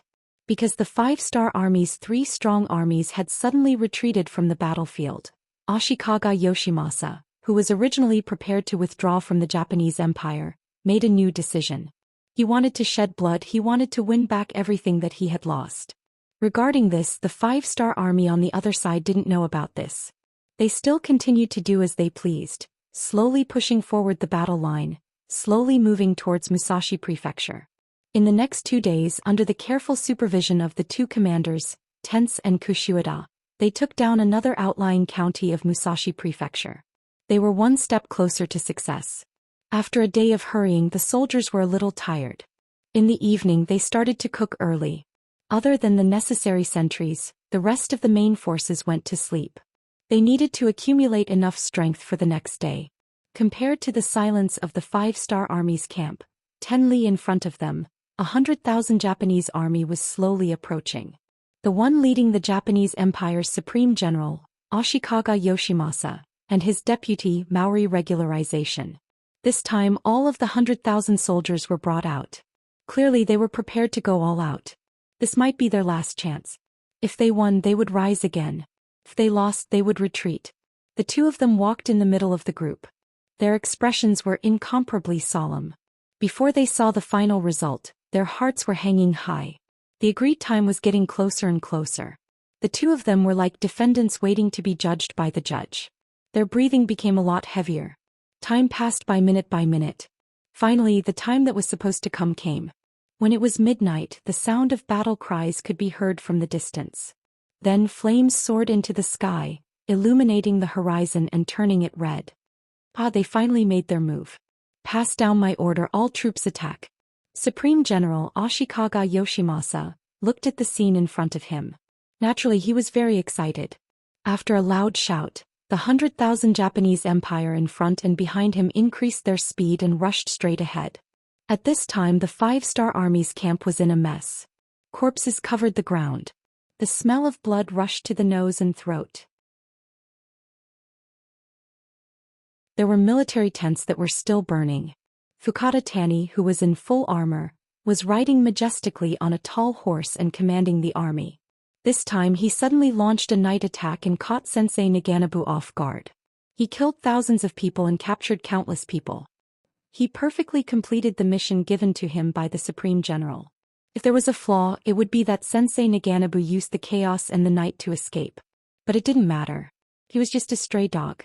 Fukata Tani didn't care about him at all. At this moment he seemed to see the position of Supreme General getting closer and closer. It was almost within his reach. When Ashikaga Yoshimasa arrived with the army he saw this scene. Seeing that the Supreme General had arrived, Xianxia put away the smile on his face and stepped forward to report the results of the battle excitedly. His saliva was really scattered all over the sky. At this moment, even if Ashikaga Yoshimasa didn't like Fukata Tani, he had to admit that the other party still had some charm and ability. At least he completed the mission very well. So after listening to everything he patted Fukata Tani's shoulder and said, "Very good, the next Supreme General is you. Now we have to follow up the victory and completely defeat the 5-star army. We have to take back everything that originally belonged to us. Yes. I am willing to be the vanguard and contribute to the new Japanese empire." As if he was infected, Fukata Tani once again took the initiative to ask for the order. "Good, then I will have to trouble Kun Fukata." Ashikaga Yoshimasa nodded with satisfaction. Someone was willing to take the initiative to be the vanguard. That was really something to be happy about. Fukata Valley left, and he personally led his army of 50,000 to pursue the enemy. Behind him was Mori Masanori, who was also leading an army of 50,000. At the very back was Supreme General Ashikaga Yoshimasa, who was leading an army of 50,000. You're tuning in to the Zhou Xian's Legacy YouTube channel. Don't forget to subscribe and join us on this journey to catch the most captivating stories.